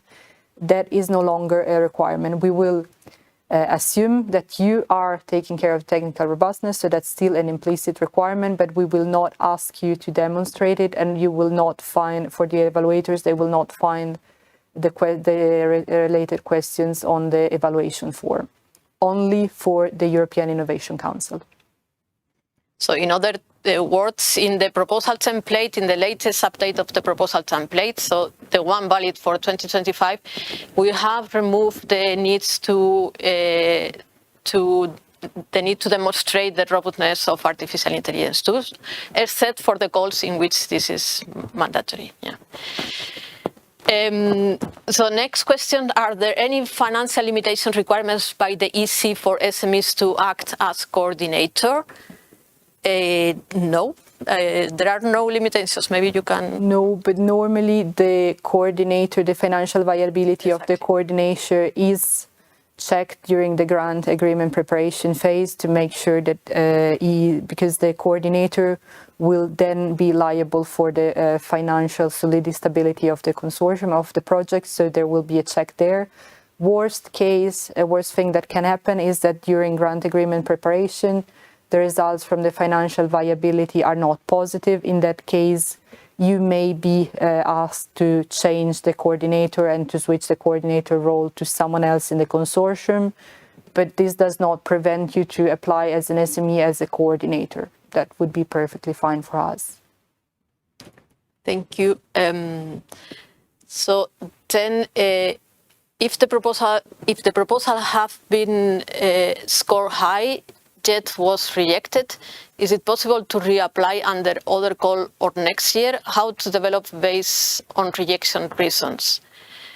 That's normally possible. If you reapply with exactly the same proposal, we ask you to specify that. Please be mindful that you may not find another call, depending on what you're applying for, that is exactly suited for your proposal. So you may have to rework it, or things may have changed from one year to the next, and you may not have the same partners available. You may not have the same OSES institution available. Condition may have changed, but in principle, you can reuse it. How to develop based on the rejection reasons? Well, the only advice I can give you is to really look at the evaluation summary report that you have received, see why, what are comments that may have made you lose points, and try to see whether you can address them. Thank you. Next question, and it will be my next question because I have to leave, so my colleagues will continue. Why do not all the submitted proposals show fully to the LIAR? Is it mandatory to always add this person as a participant contact? So the participant contact, as far as I know, does not mandatory to have to be the LIAR, though the LIAR it has to be involved as they are the legal entity. I'm not fully sure what you mean. Why do not all of the submitted proposals show fully to the LIAR? To me, that sounds like a technical issue, so you may want to check with the help desk for the IT help desk for this.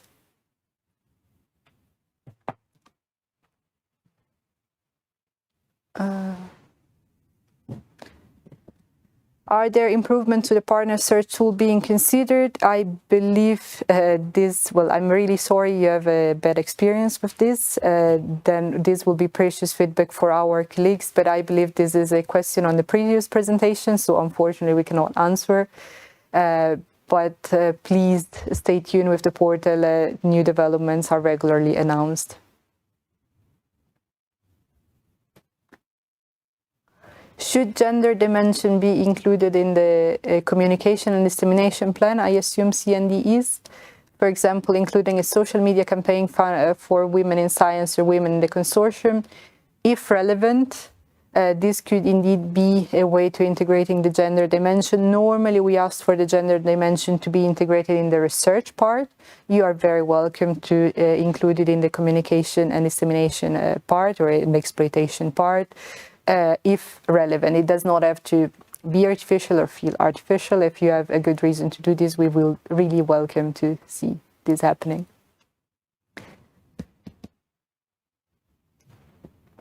Do companies from UK and Switzerland have the same financing conditions as other EU members?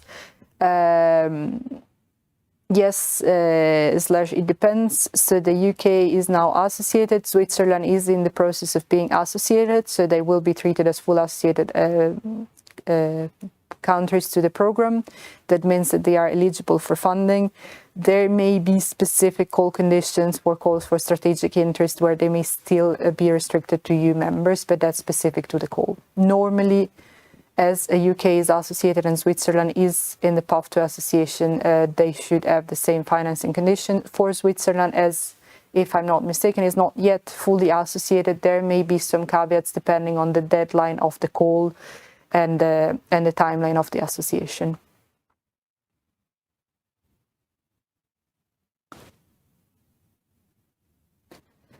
Can you please clarify the eligibility of Armenia for funding? Armenia is associated with Horizon Europe as an associated country. Entities established in Armenia are eligible for funding, exceptions. So that's, if in case of doubt, you can look the general annexes of the work program and the list of associated countries and see what are the provisions there.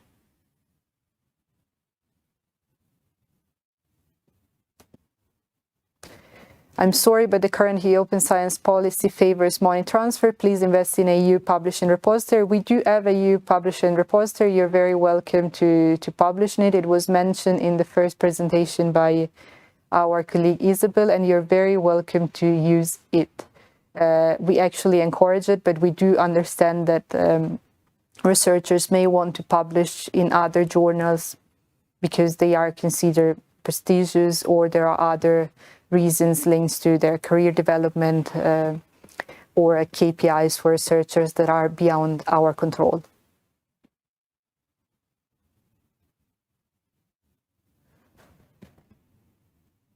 How long can it take maximum from the signing of the grant agreement until the actual beginning of the projects? Normally, it's a matter of weeks or months. It can depend on the specific case. In case of doubt, please discuss with your project officer once you will have a grant to sign. Is this for you? Why is evaluation more focused on science than commercial viability? Well, there are different parts in the program. Many of them focus in research and innovation, but there are also parts of the program, and there are calls also that focus more in commercial viability. Yeah. And do not forget, it was mentioned by Miguel that for innovation action, in case of ex aequo, impact is actually more important than excellence, and impact will be linked also to commercial viability, because that's what generates an impact. Thank you. You again? How does the process work for checking control from third countries in restricted topics? Well, I'm afraid... that's the ownership control assessment, I believe. So in case there is a restricted topic, you will have to provide further information, further documents. That's normally requested after your project has been awarded a grant. Sometimes it may be requested already at proposal stage. That's a list of information that you will have to provide, and potentially other documents as a follow-up. And there is an ownership control assessment that will determine whether an entity is or is not controlled by third countries. You can find online further information on the process, and you will be guided through it once you apply. I'm not sure about this one.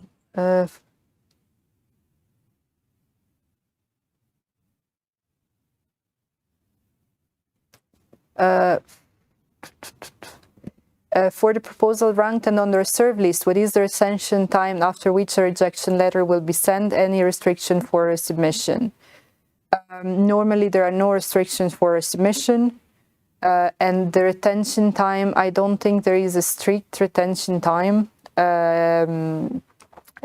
so we cannot really provide you guidance. It really depends on the process after, because normally when proposals go in the reserve list, it means that they are interesting. There is no immediate fund available for it, but after all proposals in a given call or in a given cluster are evaluated, there may be some leftover monies from other parts of the program that can be used to fund excellent proposals in the reserve list. The timing of this process may vary, also depending on the specific call you have, and I don't think this is strictly published, so you just have to wait, unfortunately.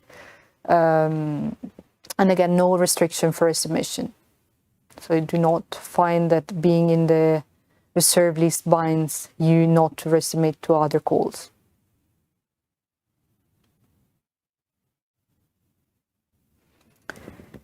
Is there a limit to the number of partners in the consortium, or at least a recommended limit? No, there is no formal limit. Is whatever makes sense. Or we have a minimum of 3 beneficiaries independent from 3 different countries, so there is a minimum. There is no maximum. There is also no recommended maximum. Normally is really what you believe works best. The partners in the consortium should be there because they are valuable for your proposals and they have an active role. Do not feel you have to include specific partners for cosmetic reason or to reach a magic number. There is no magic number beyond the minimum of 3.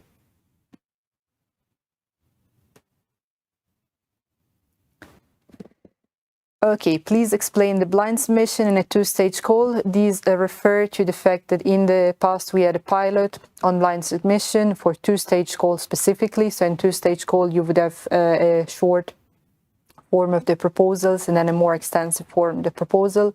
We asked for the short form of the proposals to be blind, so anonymous, where you do not indicate in the narrative part the beneficiaries, the applicants, and you do not provide also other information, so no logos with the name of the prospective beneficiary of the applicants in the narrative part, because we wanted to see whether there was a difference between blindly evaluated, so evaluation of proposals with no clear identification of beneficiaries in terms of participation of female researchers or participation on underrepresented organizations or countries.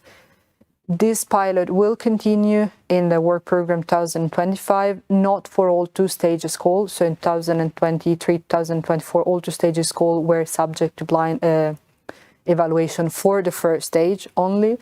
For 2025, only certain two-stage call. Once the program will be published, you will be able to see it. You will also find guidance on how to prepare your proposal in the template for the blindly evaluated two-stage call, obviously only for the calls where blind evaluation will be present. You also will find in the funding and tender portal the standard submission template for blind calls specifically. You will find both for non-blind and blind, where you can get an idea on what's requested.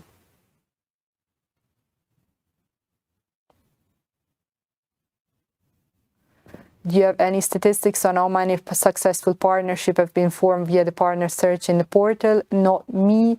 I do not know whether my colleague Olivier was delivering the previous presentation of them. So unfortunately, I cannot reply to this question, but maybe you will receive a reply in Slido.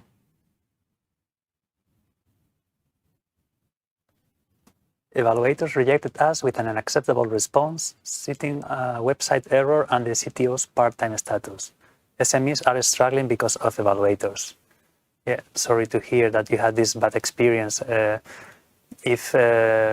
If you feel again that the evaluation didn't follow the standards, you can always apply for an evaluation review and try to see if it helps. Thank you. Okay. Then when is the launch or deadline of widening calls in 2025? Well, first of all, yes, I confirm there are widening calls in 2025. The exact timeline will be known once the work program for 2025 will be published. As mentioned by my colleague Isabel earlier on, we expect the publication of work program 2025 in April. So once that happens, you will have all the timeline.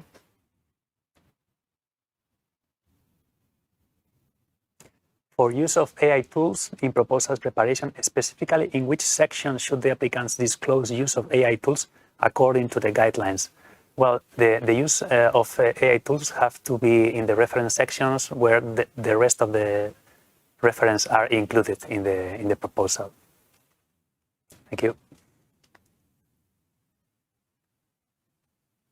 Are NEB facility projects required to be collaboratives?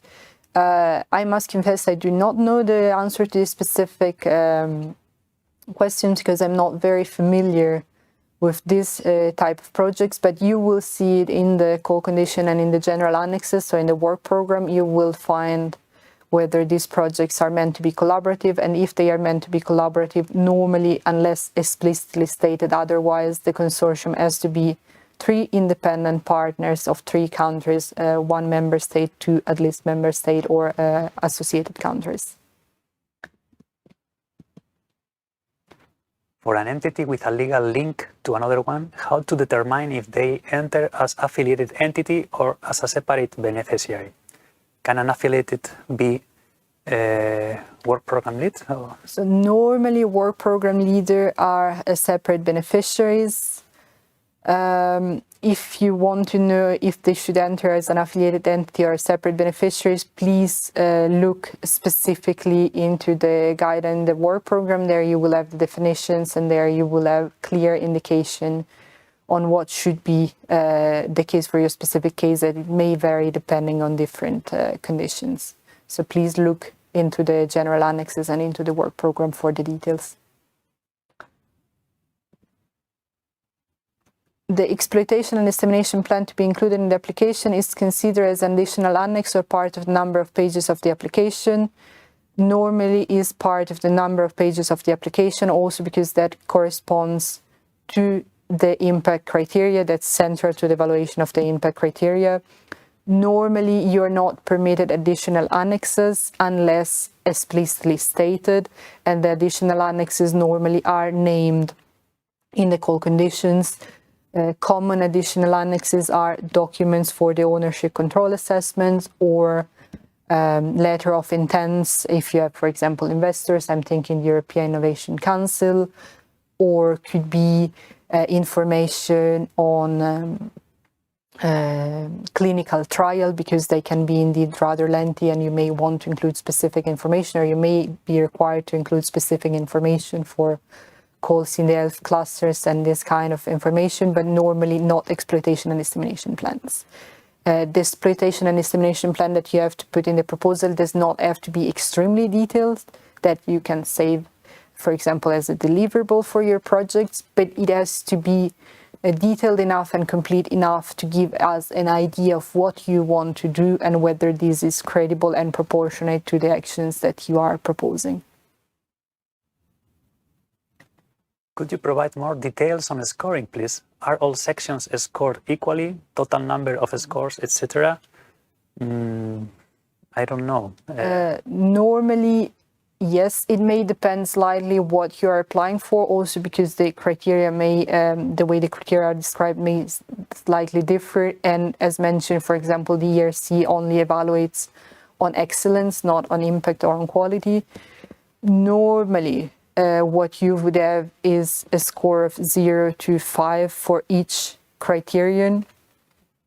And then you will have a passing mark, which is normally 3 out of 5 for each individual criterion and 10 out of 15 for the project overall.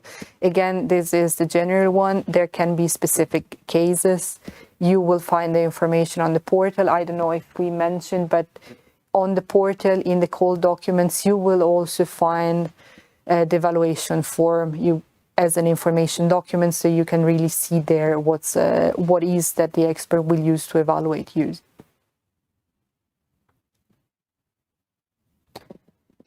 Do you recommend brokerage event and platforms to find potential project partners? Well, this can be read in two ways. I cannot recommend any specific ones, but please you go, well, besides the partner search, the extensive use of the partner search in the portal. But yes, I would recommend in general to be part of the community, to engage with other potential applicants, to find project partners, and to really interact to form a valuable consortium. That I think is the best, especially if you're new to the game of submission and of proposal to Horizon Europe. It is, we recognize it is complex to apply for our calls. We ask for a specific application for details, and we do ask for very broad consortium. Do engage with the community, do engage in brokerage events and platforms to find partners. That's really recommended overall. When will be the next SNS call be open? Do look forward to the publication of our program in hopefully April. That's the only thing I can say.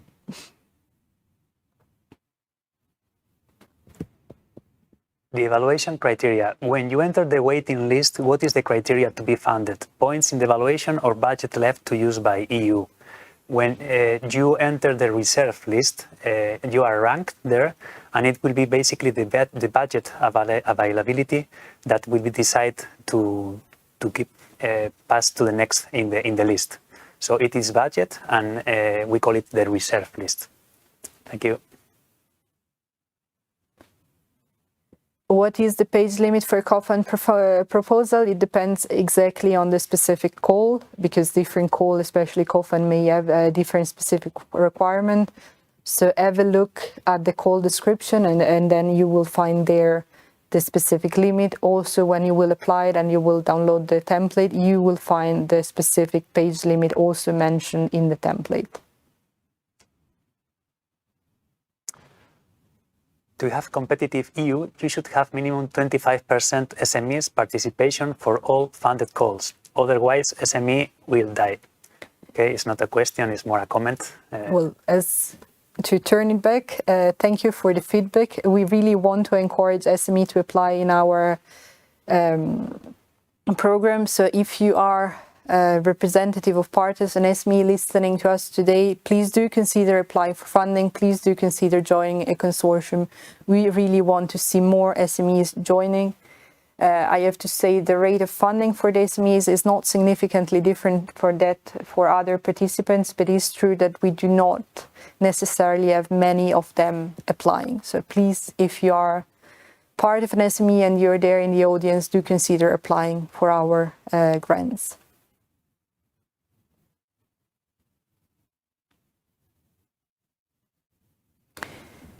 Can our project have 2 universities from the UK if we have 3 EU member partners in addition, or is it possible to have 2 HEIs from the same countries, higher education institution from the same countries? So, first of all, the UK is now an associated country to the program, so they do count in the minimum of 3 EU partners, because they have to be either, well, one of them has to be a member state strictly, the other 2 of these minimum 3 can be either member state or associated countries, and the UK is an associated country.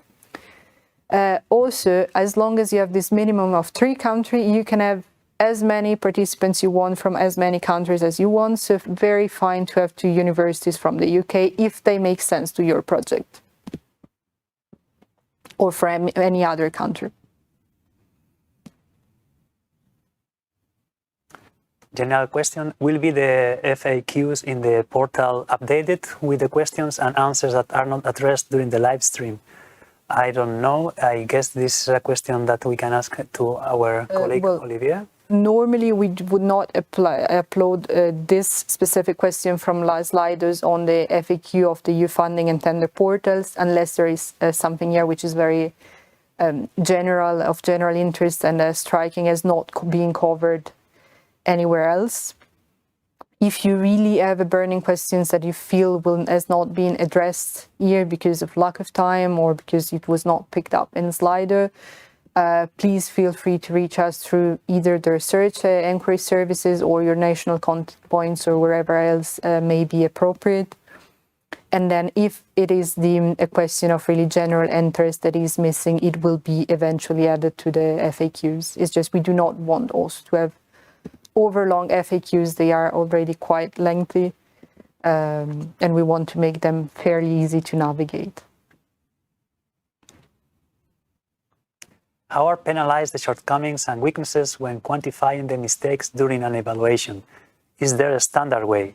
Well, the system is designed so that every evaluator will have an opinion. They will evaluate with the scores and comments. And then, in order to ensure the quality of the process, there will be a consensus meeting to harmonize and to align opinions and scores. And this is the way that we can define as a standard way to proceed. Still, there will be also the panel review, where there will be, again, putting in common the opinions with the scores and the comments of the experts, and then they will be able to provide, to prepare the ranking list. Yes, to complement, there is, as I mentioned, normally the criteria are scored 1 to 5.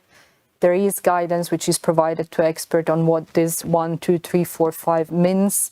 That's in response to the quality of the criteria and also the number and the importance of the shortcomings and weaknesses. So there is a standard ways.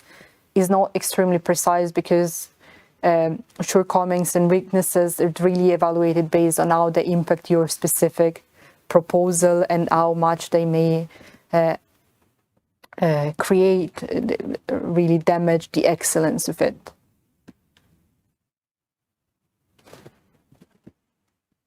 Is there anything that a leader cannot delegate to an account administrator? I'm afraid we do not know the answers, unless you really know it, Miguel. I think this was a question for Olivier from the previous presentation, so we will leave it unanswered for now.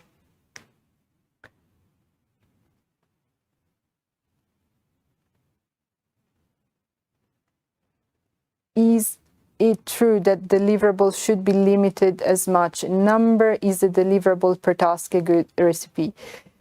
So, well, I would say there is no magic number of deliverables, no magic recipe for how many you should have. Is really what makes sense, because the deliverable is something you really want to show, and it's something you can deliver, is the final output of a specific part. You may have one per task or more than one per task. It really depends also on how broad your tasks are or how specific is really what makes sense. What I would advise is just do not try to have a specific number of deliverables. Do not try to drop their deliverables or milestones just as a decoration or to reach it. It really have to make sense. Focus on what is sensible. If in doubt, ask someone else to double check your plan, some of colleagues in your group, and ask them, do you believe this is reasonable? And they would normally think, or try to look critically. If you were an evaluator evaluating your own proposal, would it make sense? Would you feel that something is missing, or would you feel that you have duplicate? But do not try to aim for a specific number. That's normally not a good approach.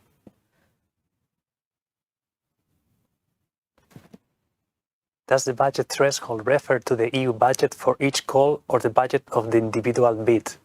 I understand is per topic, and that's I interpret individual bid as topic. I don't know.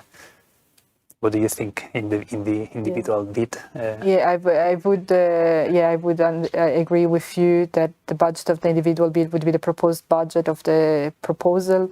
Well, obviously your proposal should not exceed the budget for a specific topic. But when we discuss, and I guess budget threshold is in terms of the results of the evaluation, when we mean a budget threshold is that we will have the ranking of the proposals, and then we will really go from the top down, seeing how much funding has been asked by each of the proposals there, and then fund them until there is money in the specific call.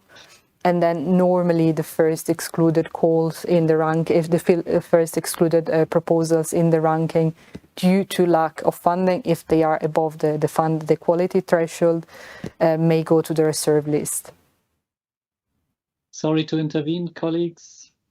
Hello. My name is Peter Hertwig, so I just heard the question about the LEAR, and I can give a reply to that one. So indeed, the account administrator can take over all the tasks that a LEAR can take over, with one difference, and the difference is that the account administrator cannot delegate these tasks further. So everything possible for account administrators in managing the legal entity data and assigning other roles, but not delegating further the account administrator role to any other account administrator. That's it. There seems to be a problem with the sound, so maybe I withdraw again and we go back to the room with the studio.